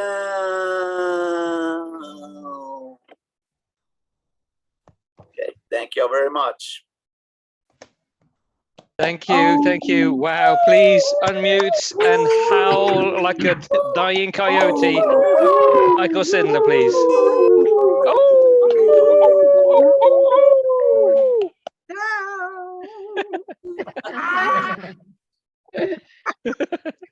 Brilliant, Michael. Thank you very, very much. Excellent set. Thank you. Okay, moving swiftly along because we're slightly behind schedule. We have just south of Gloucester is Bristol, and coming from Bristol, I assume actually that's where you're coming from tonight. But yes, we have Agatha Palmer. Over to you, Agatha. Dane, you'll be up next actually after Agatha. Okay. Thank you. Good evening. Gate crashing from my pirate ship here in Bristol. Shiver my timbers. And gosh, Michael, how do I follow this? From animal to animal, then maybe perhaps. From The Land of Marmite with Love, my first pamphlet. a little poem about how I think of grief. Actually, this brings up childhood memories of seeing my neighbor chase around with, not spade, the fork, chase around his garden with a fork, looking at the molds, trying to murder the animal that had created the little mounds of earth. That one. The shape of an animal, seemingly benign, sleek, smiling in appearance, hidden from daylight. It will surface unexpectedly, usually at night, to rip your heart open with its small but effective claws. You won't be able to see it or predict its reappearance, yet it leaves no ground unturned. Your entire being is a map, a network of tunnels devoted to your past and future losses. And another little one. This one could have been written, Carlos, by your memorable girlfriend, Ms. Death, maybe. Black Archer's Moth. All you'll see, I'll start again, Ms. Black Archer's Moth.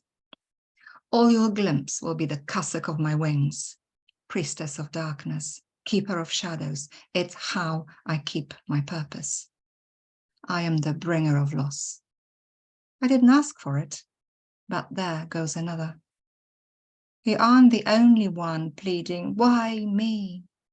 Haven't you noticed how urgently I long to follow the light till death, just like you?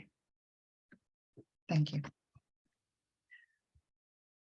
Please unmute and howl to your heart's content. Clap the bringer of loss.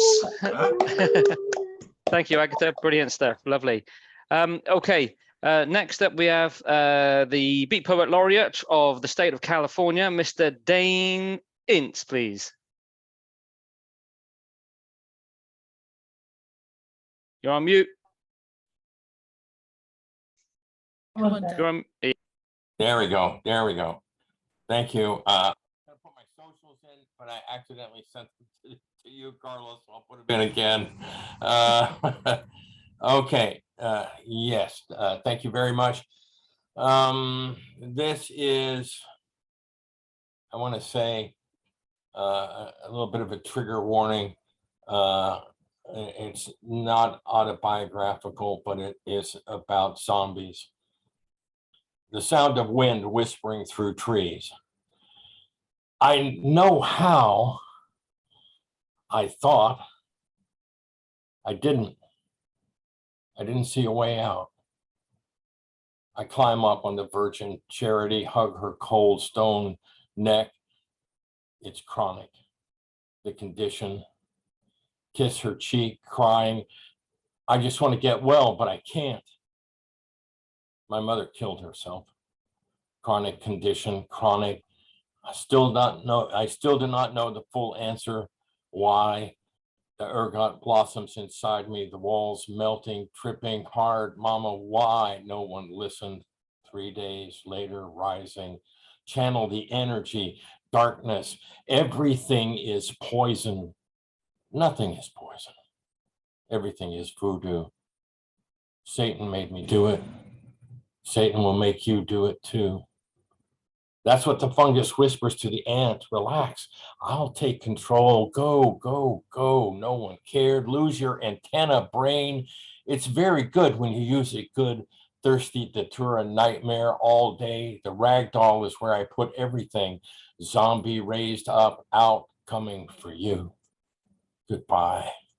City of the dead, voodoo queen Marie LeVay wanders, scary. There is no cure coming. Needles in the ragdoll, astral zombies stuck in the spirit bottle. The lights are out, just like the mindless do not question. You work for me now.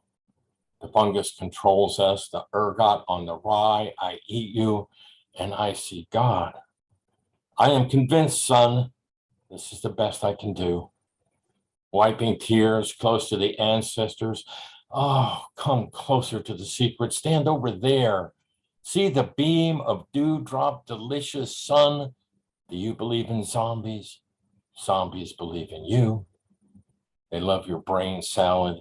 Oh, come closer to the secret. Stand over here. See the beam of drop, dew, delicious sun, the lullaby of lullaby, the lull, languid. Yes, I take the acid trip in the cemetery. Oh, come closer to the secret. Stand over there. See that beam of delicious dewdrop sun. We make tripping love on tombs, our Tolman's cozy, crazy ride, climb up on, kiss her stone cold face, talking to my dead mama. I'm sorry. I, astral zombie living in a black spirit bottle, I will kill the cancer. It won't kill me. I barely hear you saying, you need me to love you. You need me to forgive you, mama. Halloween high in the graveyard ritual. History would be different for a smile. The living are voodoo dead. The dead are silent, peaceful. Listen to the whispers. Adieu. Thank you. Superb, Dane. Thank you very much. Brilliantly read as well. I always love your voice, and yeah, I look forward to working with you on doing other stuff, because your voice is great and your work is really important. So great, thank you very much. Please unmute and howl your heart's content for Dane.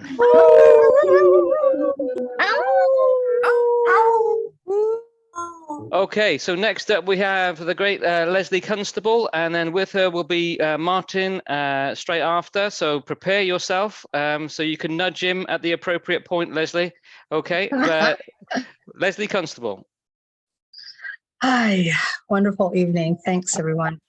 Yeah, this one is observation. We live in Mexico often, and this was happened around the same time of year that this is right now. It's called Murder of Crows. What is the darkness, this darkness that surrounds you? How is it called? And why does it travel seeking others? Call to it, call it back. It is yours. The night crowns their heads, these women who stand together alone in this darkened doorway. Their medieval whispers rise and rise above the door, arching up and wide, circling like crows. And elsewhere is the focus of their eyes, shrouded, not meant to be seen. It is their secret.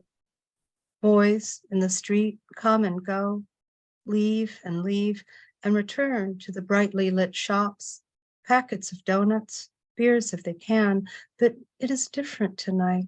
A chill, a stillness in the movement, inanimate yet in motion. At dusk, the black birds come as one, travel as one to the high palms in the plaza to roost, black wings fast as they move, almost visible on the diagonal of your vision, almost seen, yet not seen. Invisible, yet heard, their sounds that reach in and down and move down into your body, as body, becoming body, being as bird. They are your body, these sounds of these birds that they make when the sun goes down. I am here. The cake lady sells her last piece of flan, and there is no fear tonight, no fear. Ravens, all of us tonight, ravens all. Glances unmet, voices hushed, players, all this murder of crows that will play across the face, your face like a shadow. The faces, the guarded faces, all not meant to be seen. A man under the street lamp stands and strokes the chest of another man. He is visible. He will let me see him. He will let me see him, and he has given me this gift tonight, this night. I too am visible to all. Excuse me.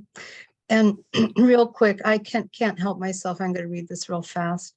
You guys mentioned whiskey. This is my whiskey poem. It's called Punch Drunk. The cherries are oversized on the turquoise background or simply a cover.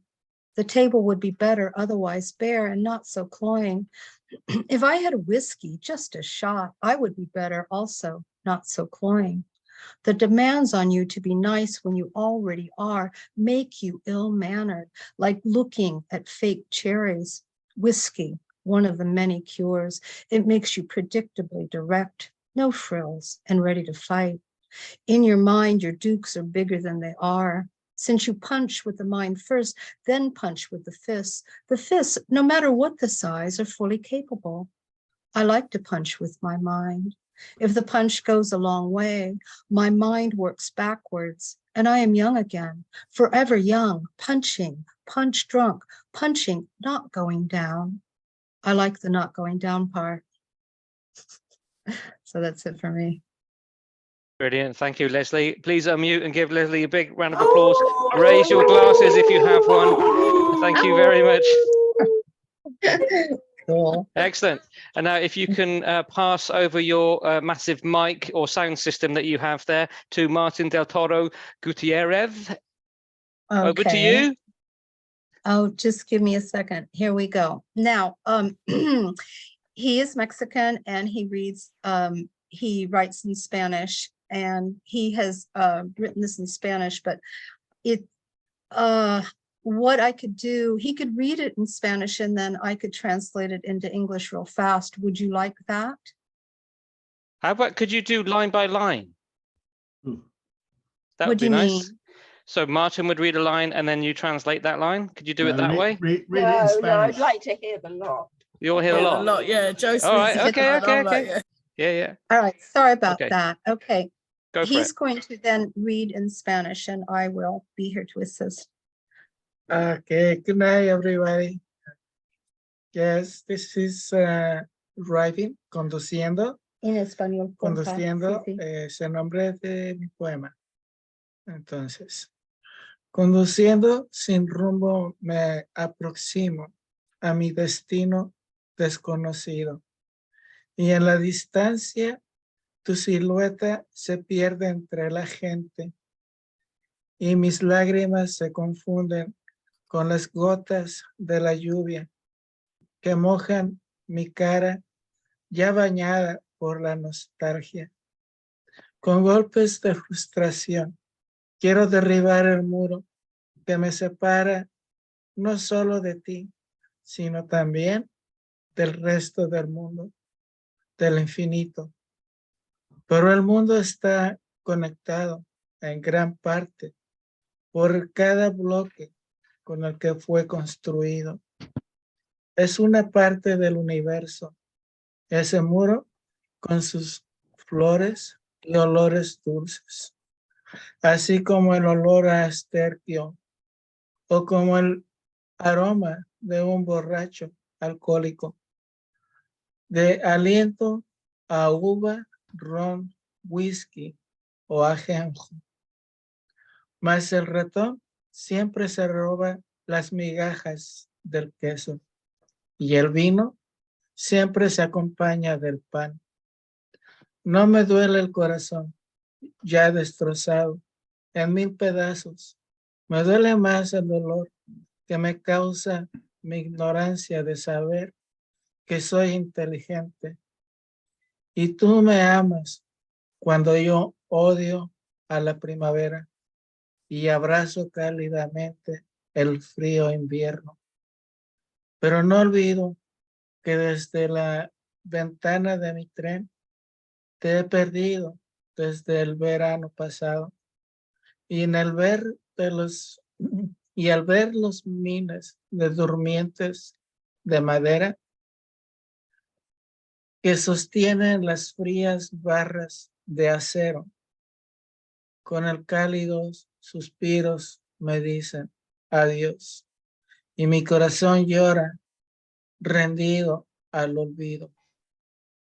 Mas nunca olvidaré tus besos, pintados por el dolor y sufrimiento, de experiencia que viven en alas del recuerdo. Y así deseo por tu regreso. por el campo o las montañas, el azul del cielo que me anuncian que llegarás muy pronto a mi lado, aunque yo ya no esté aquí. Yo no esté en este mundo. Eso no importa, porque yo te esperaré desde mi cielo. Okay. So it could alternately be translated as driven or driving. So I'll just say driving. Driving aimlessly, I approach my unknown destination, and in the distance, your silhouette is lost in the crowds, and my tears mix with the rain that now wet my face, already bathed in longing. With blows of frustration, I want to break down the wall that separates me, not only from you, but also from the rest of the world, as well as infinity. But the world is largely connected by every block with which it was built, and is part of the universe.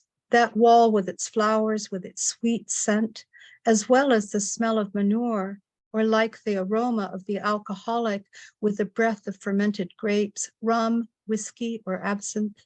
But the mouse always steals the crumbs from the cheese, and wine is always accompanied by bread.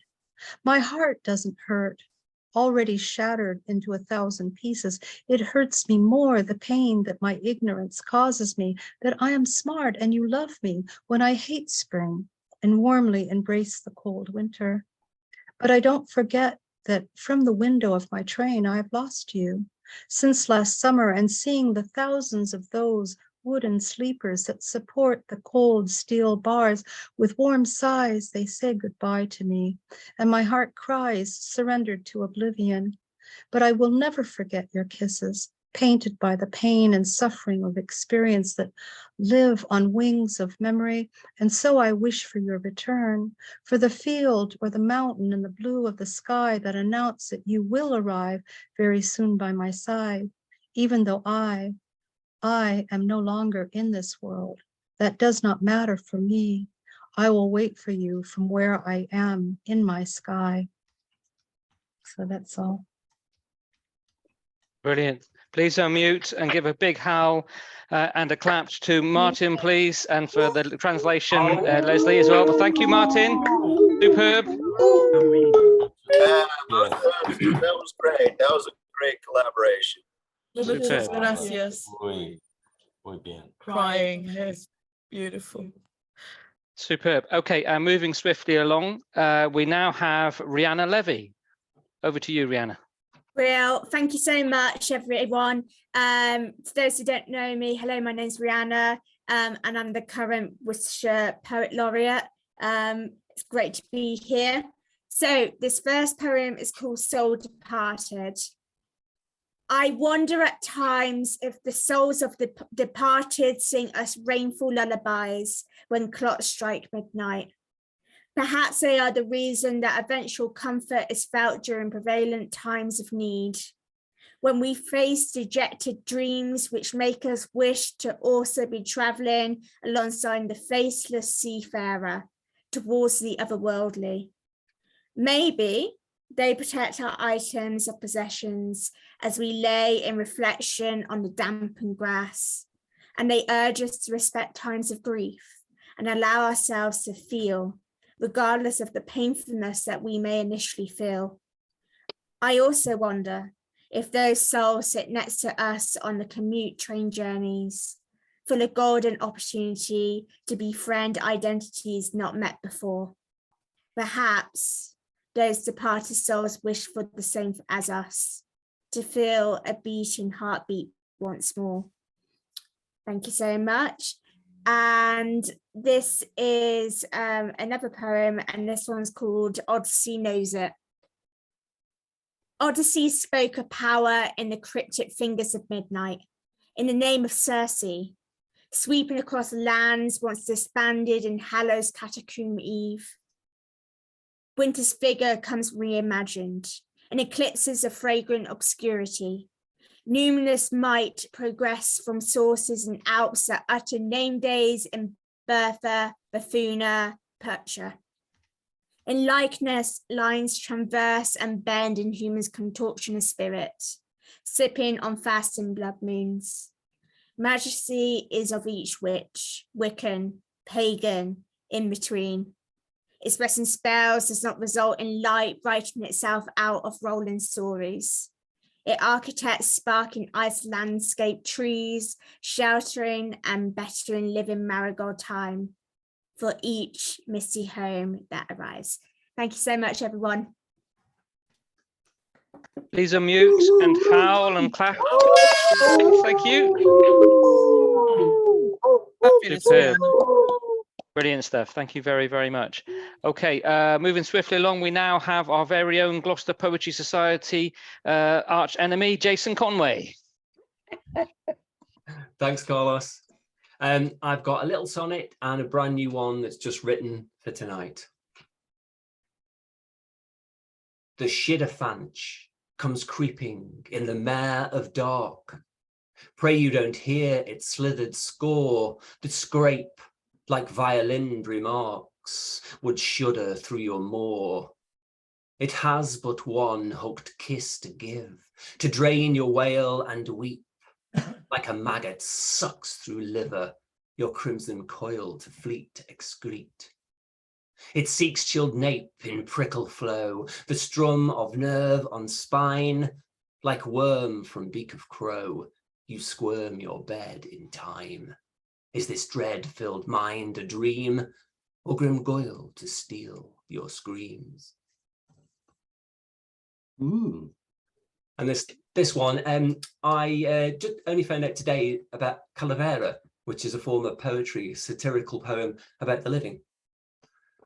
And this is called Calavera for a Full-Time Scarer.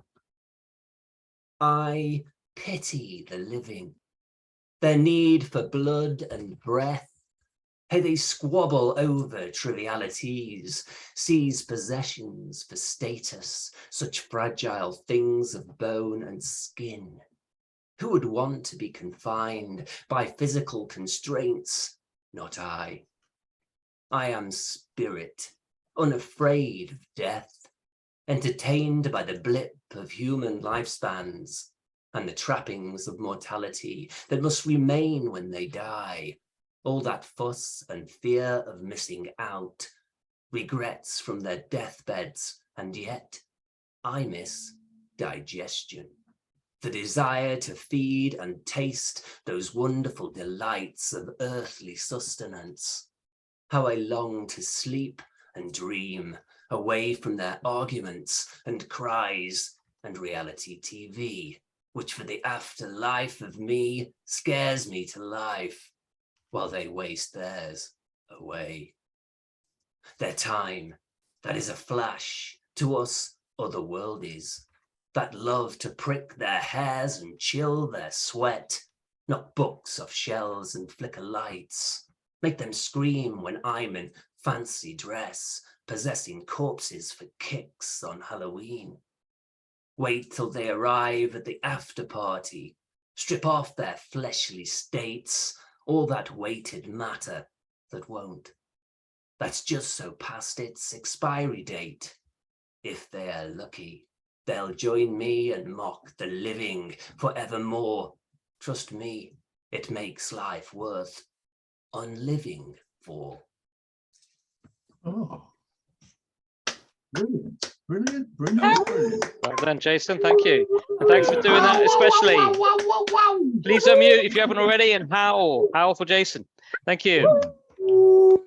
Okay. Great. Okay. Tish Ince, who used to be Gloucester Poetry Society over here in Britain, has left these rainy shores to go to somewhere West Coast America for some reason. I don't know why. But over to you, Tish, please. Yeah, I came out for 3 weeks and got married to this guy. Anyway, okay. Is it okay if I share my screen? I've got a poem, or do you want me to read instead? So I've got something that's quite scary for Halloween, or I could do this instead. What do people think? Hang on. Do you like? I don't need. Do we need to release screen share or just try it? See if it works. Oh, it says disabled. Okay, 1 minute.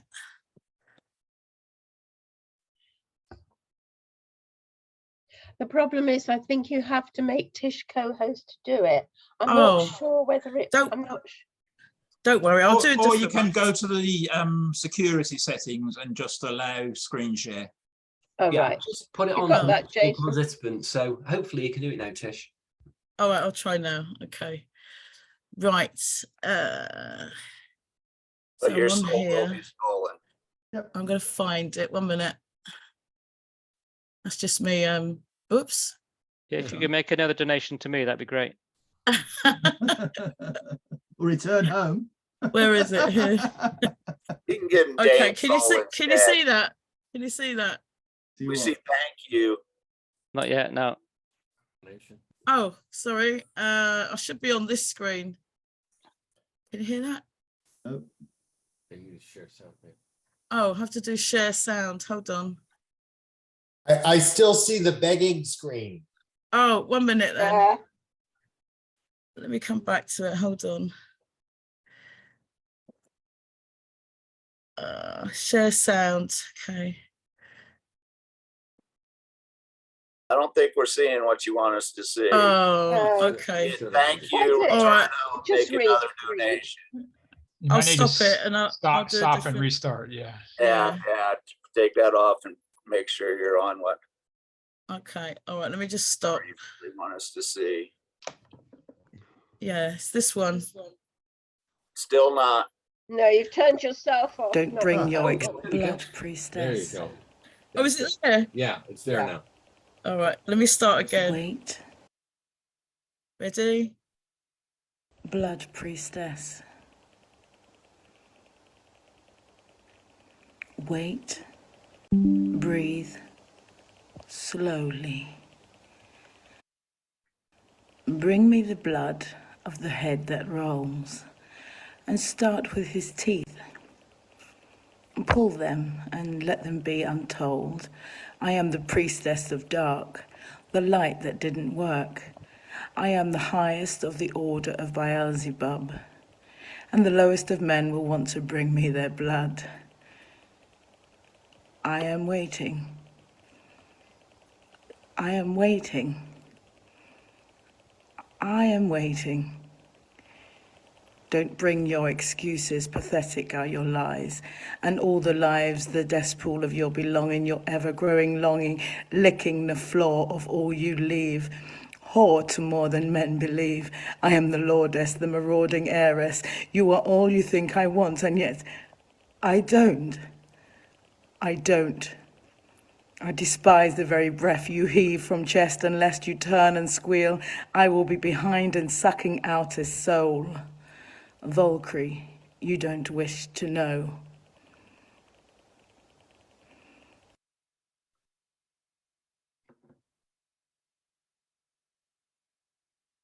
Wow. I'm still on your screen. Coming back, Tish. Where are you? Hey, there we are. Do you have another one for us? Yes, I do. Okay, go for it. I'm going to stay in that vein. Okay. This is called The Hag of Men. This is 2018, a very old poem. Old hag that plays with devil's cup, beckons you to take a sup, ringing tails and fettered claw, spying, eyeing, potion pour. She sleeps in heather, bedded lay, she snores an open-mouthed way, and when awakens, rise her bones, her voice be stuck in stupid moans. And stagger to her wooden bowl, she tends her cauldron crooked soul, and that all that enter dark and den, be warned, for ply thee, wicked men, with offers of fair loves to win, and mere haphazard poisoning, for spell you seek and loved lust, her finger scrawls in deadly dust. a pinch of herb and wrap of vine, she takes you into witch's time. And here the hag be at her best, the cruelest bargaining at best. You offer freely soul and coin for pleasure of a manly loin, and magic in a realm as such is warning of a loveless luck. The hag then watches as you leave your life and soul that she did cleave into her wooden bowl to stir with all she knows to keep it there. She'll never want to let you go. This hag, this dark and friendless woe, she's making good and starts again to conjure up her spells for men. And now she gasps and clutches breasts. She died before she reaches quest to hail and hoax, embittered cry to fetch these lustful men to die. And devil Lucifer doth wait for hag at brimstone fire gate, collecting souls is harder still for foolish hag that lost her will. Thank you. Oh, howl, please. Oh!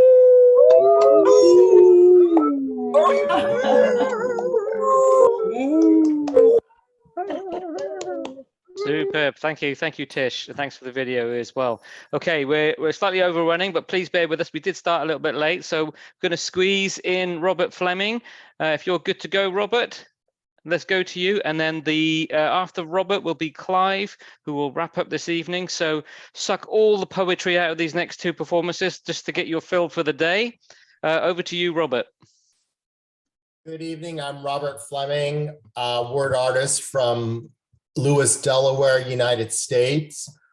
I also was a television writer. I'm going to share a short script of a satire on a famous slasher movie. I'm also going to put it on the screen.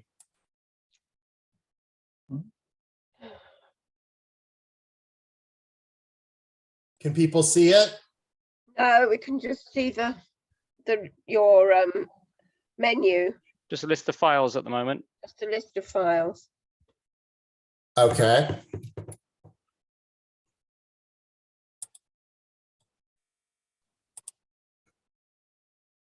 And now can you see it? Yeah, we got it. Yeah. Yes. Brilliant. Okay. Thank you.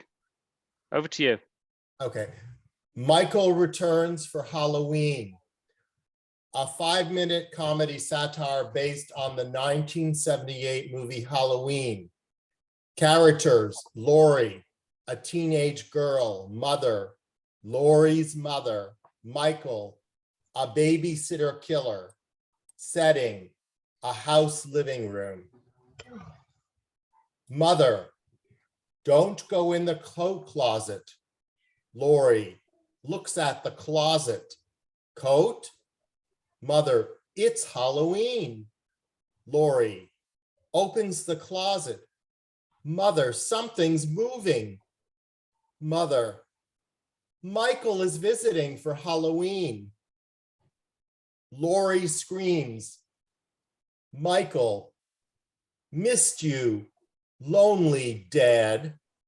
Laurie: Michael. Laurie: it's me, Michael. Laurie: watch the thing. Michael: Laurie, come into the closet. Laurie: forbidden planet. Michael: no knife. Laurie goes into the closet with Michael. Michael: my costume. Puts on his mask. Laurie: scary, boo. Michael: scream for me. Laurie: no, kiss me. Okay. Michael and Laurie kiss. Laurie screams. The thing, popcorn. Laurie: mother, make popcorn. Mother from off stage: you're a big girl, make your own popcorn. Laurie leaves the closet, exits stage. Mother walks on stage to Michael in the closet. Mother, wearing an apron: how are you, Michael? Michael: I hate hell. Satan makes me eat liver.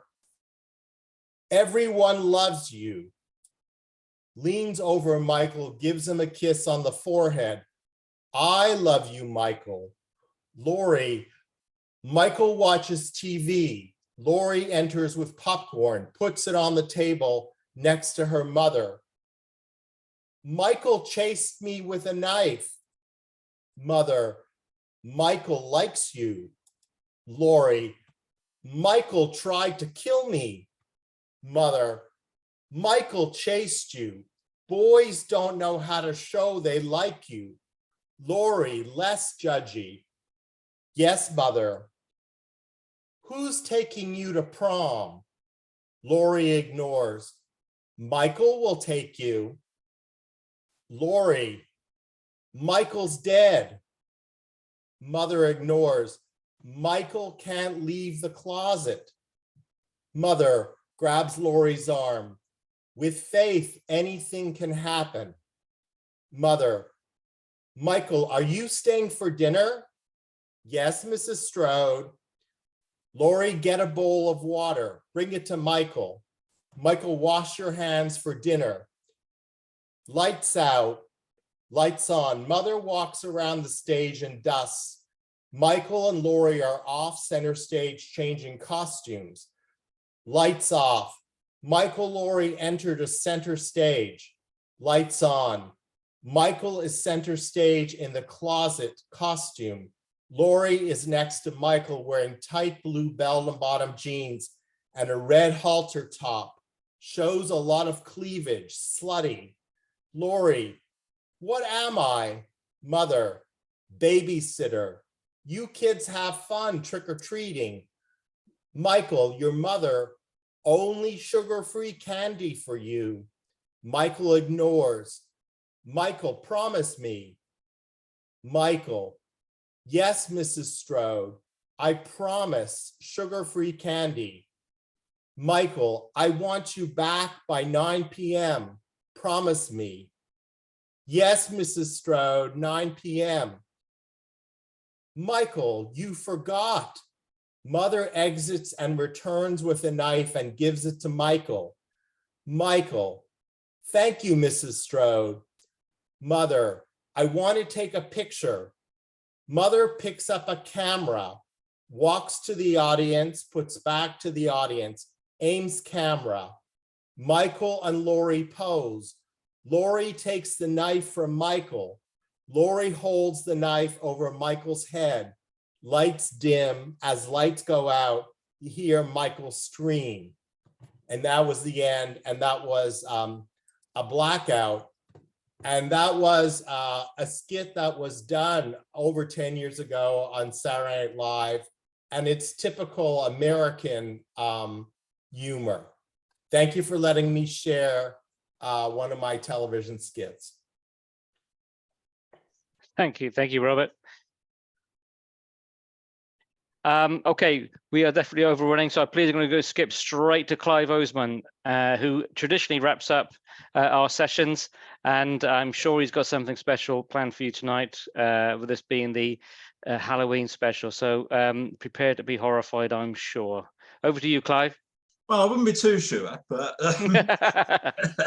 it's well known that I'm always last on Crafty Crows because I'm a bit of a loose cannon and nobody knows what's coming, and I often bring down the tone. So tonight, I'm going to live down to my reputation and crash the tone like Liz and Kwasi crashed the economy.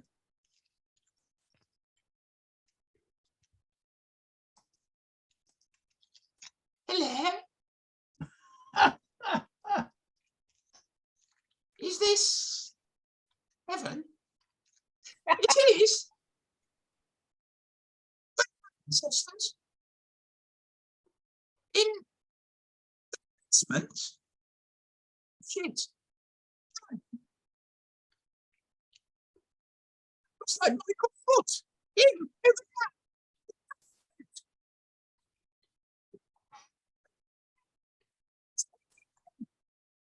You're kidding me, aren't you? Aren't you? Tell me I've got to share space with socialist scum like that? What? What do you mean I'm not getting in? Surely all that stuff about camels and the eyes of eagles was bullshit. Oh, fuck. I wasn't that rich, honest. I was once, but Andrew cost me 12 million to shut up that woman that he'd never met. You're not sending me to the basement, are you? Oh, thank fuck for that. So, where am I going? No! No time for jokes.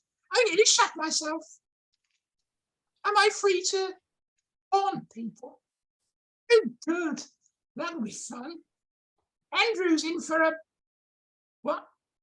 It gets boring after a while. Oh, come on. I've waved at people for a living for 70 years and listened to Charles moaning that he wanted to be king. Haunting people will be fun. Won't it? It will, won't it? What? Every day will feel like it lasts for 400 years. You are sending me to Swindon, aren't you? You bastard!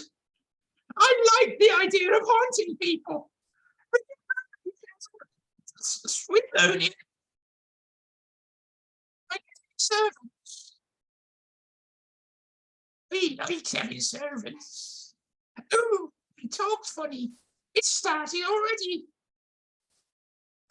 God, he wants to go to hell. Please. Thank you very much.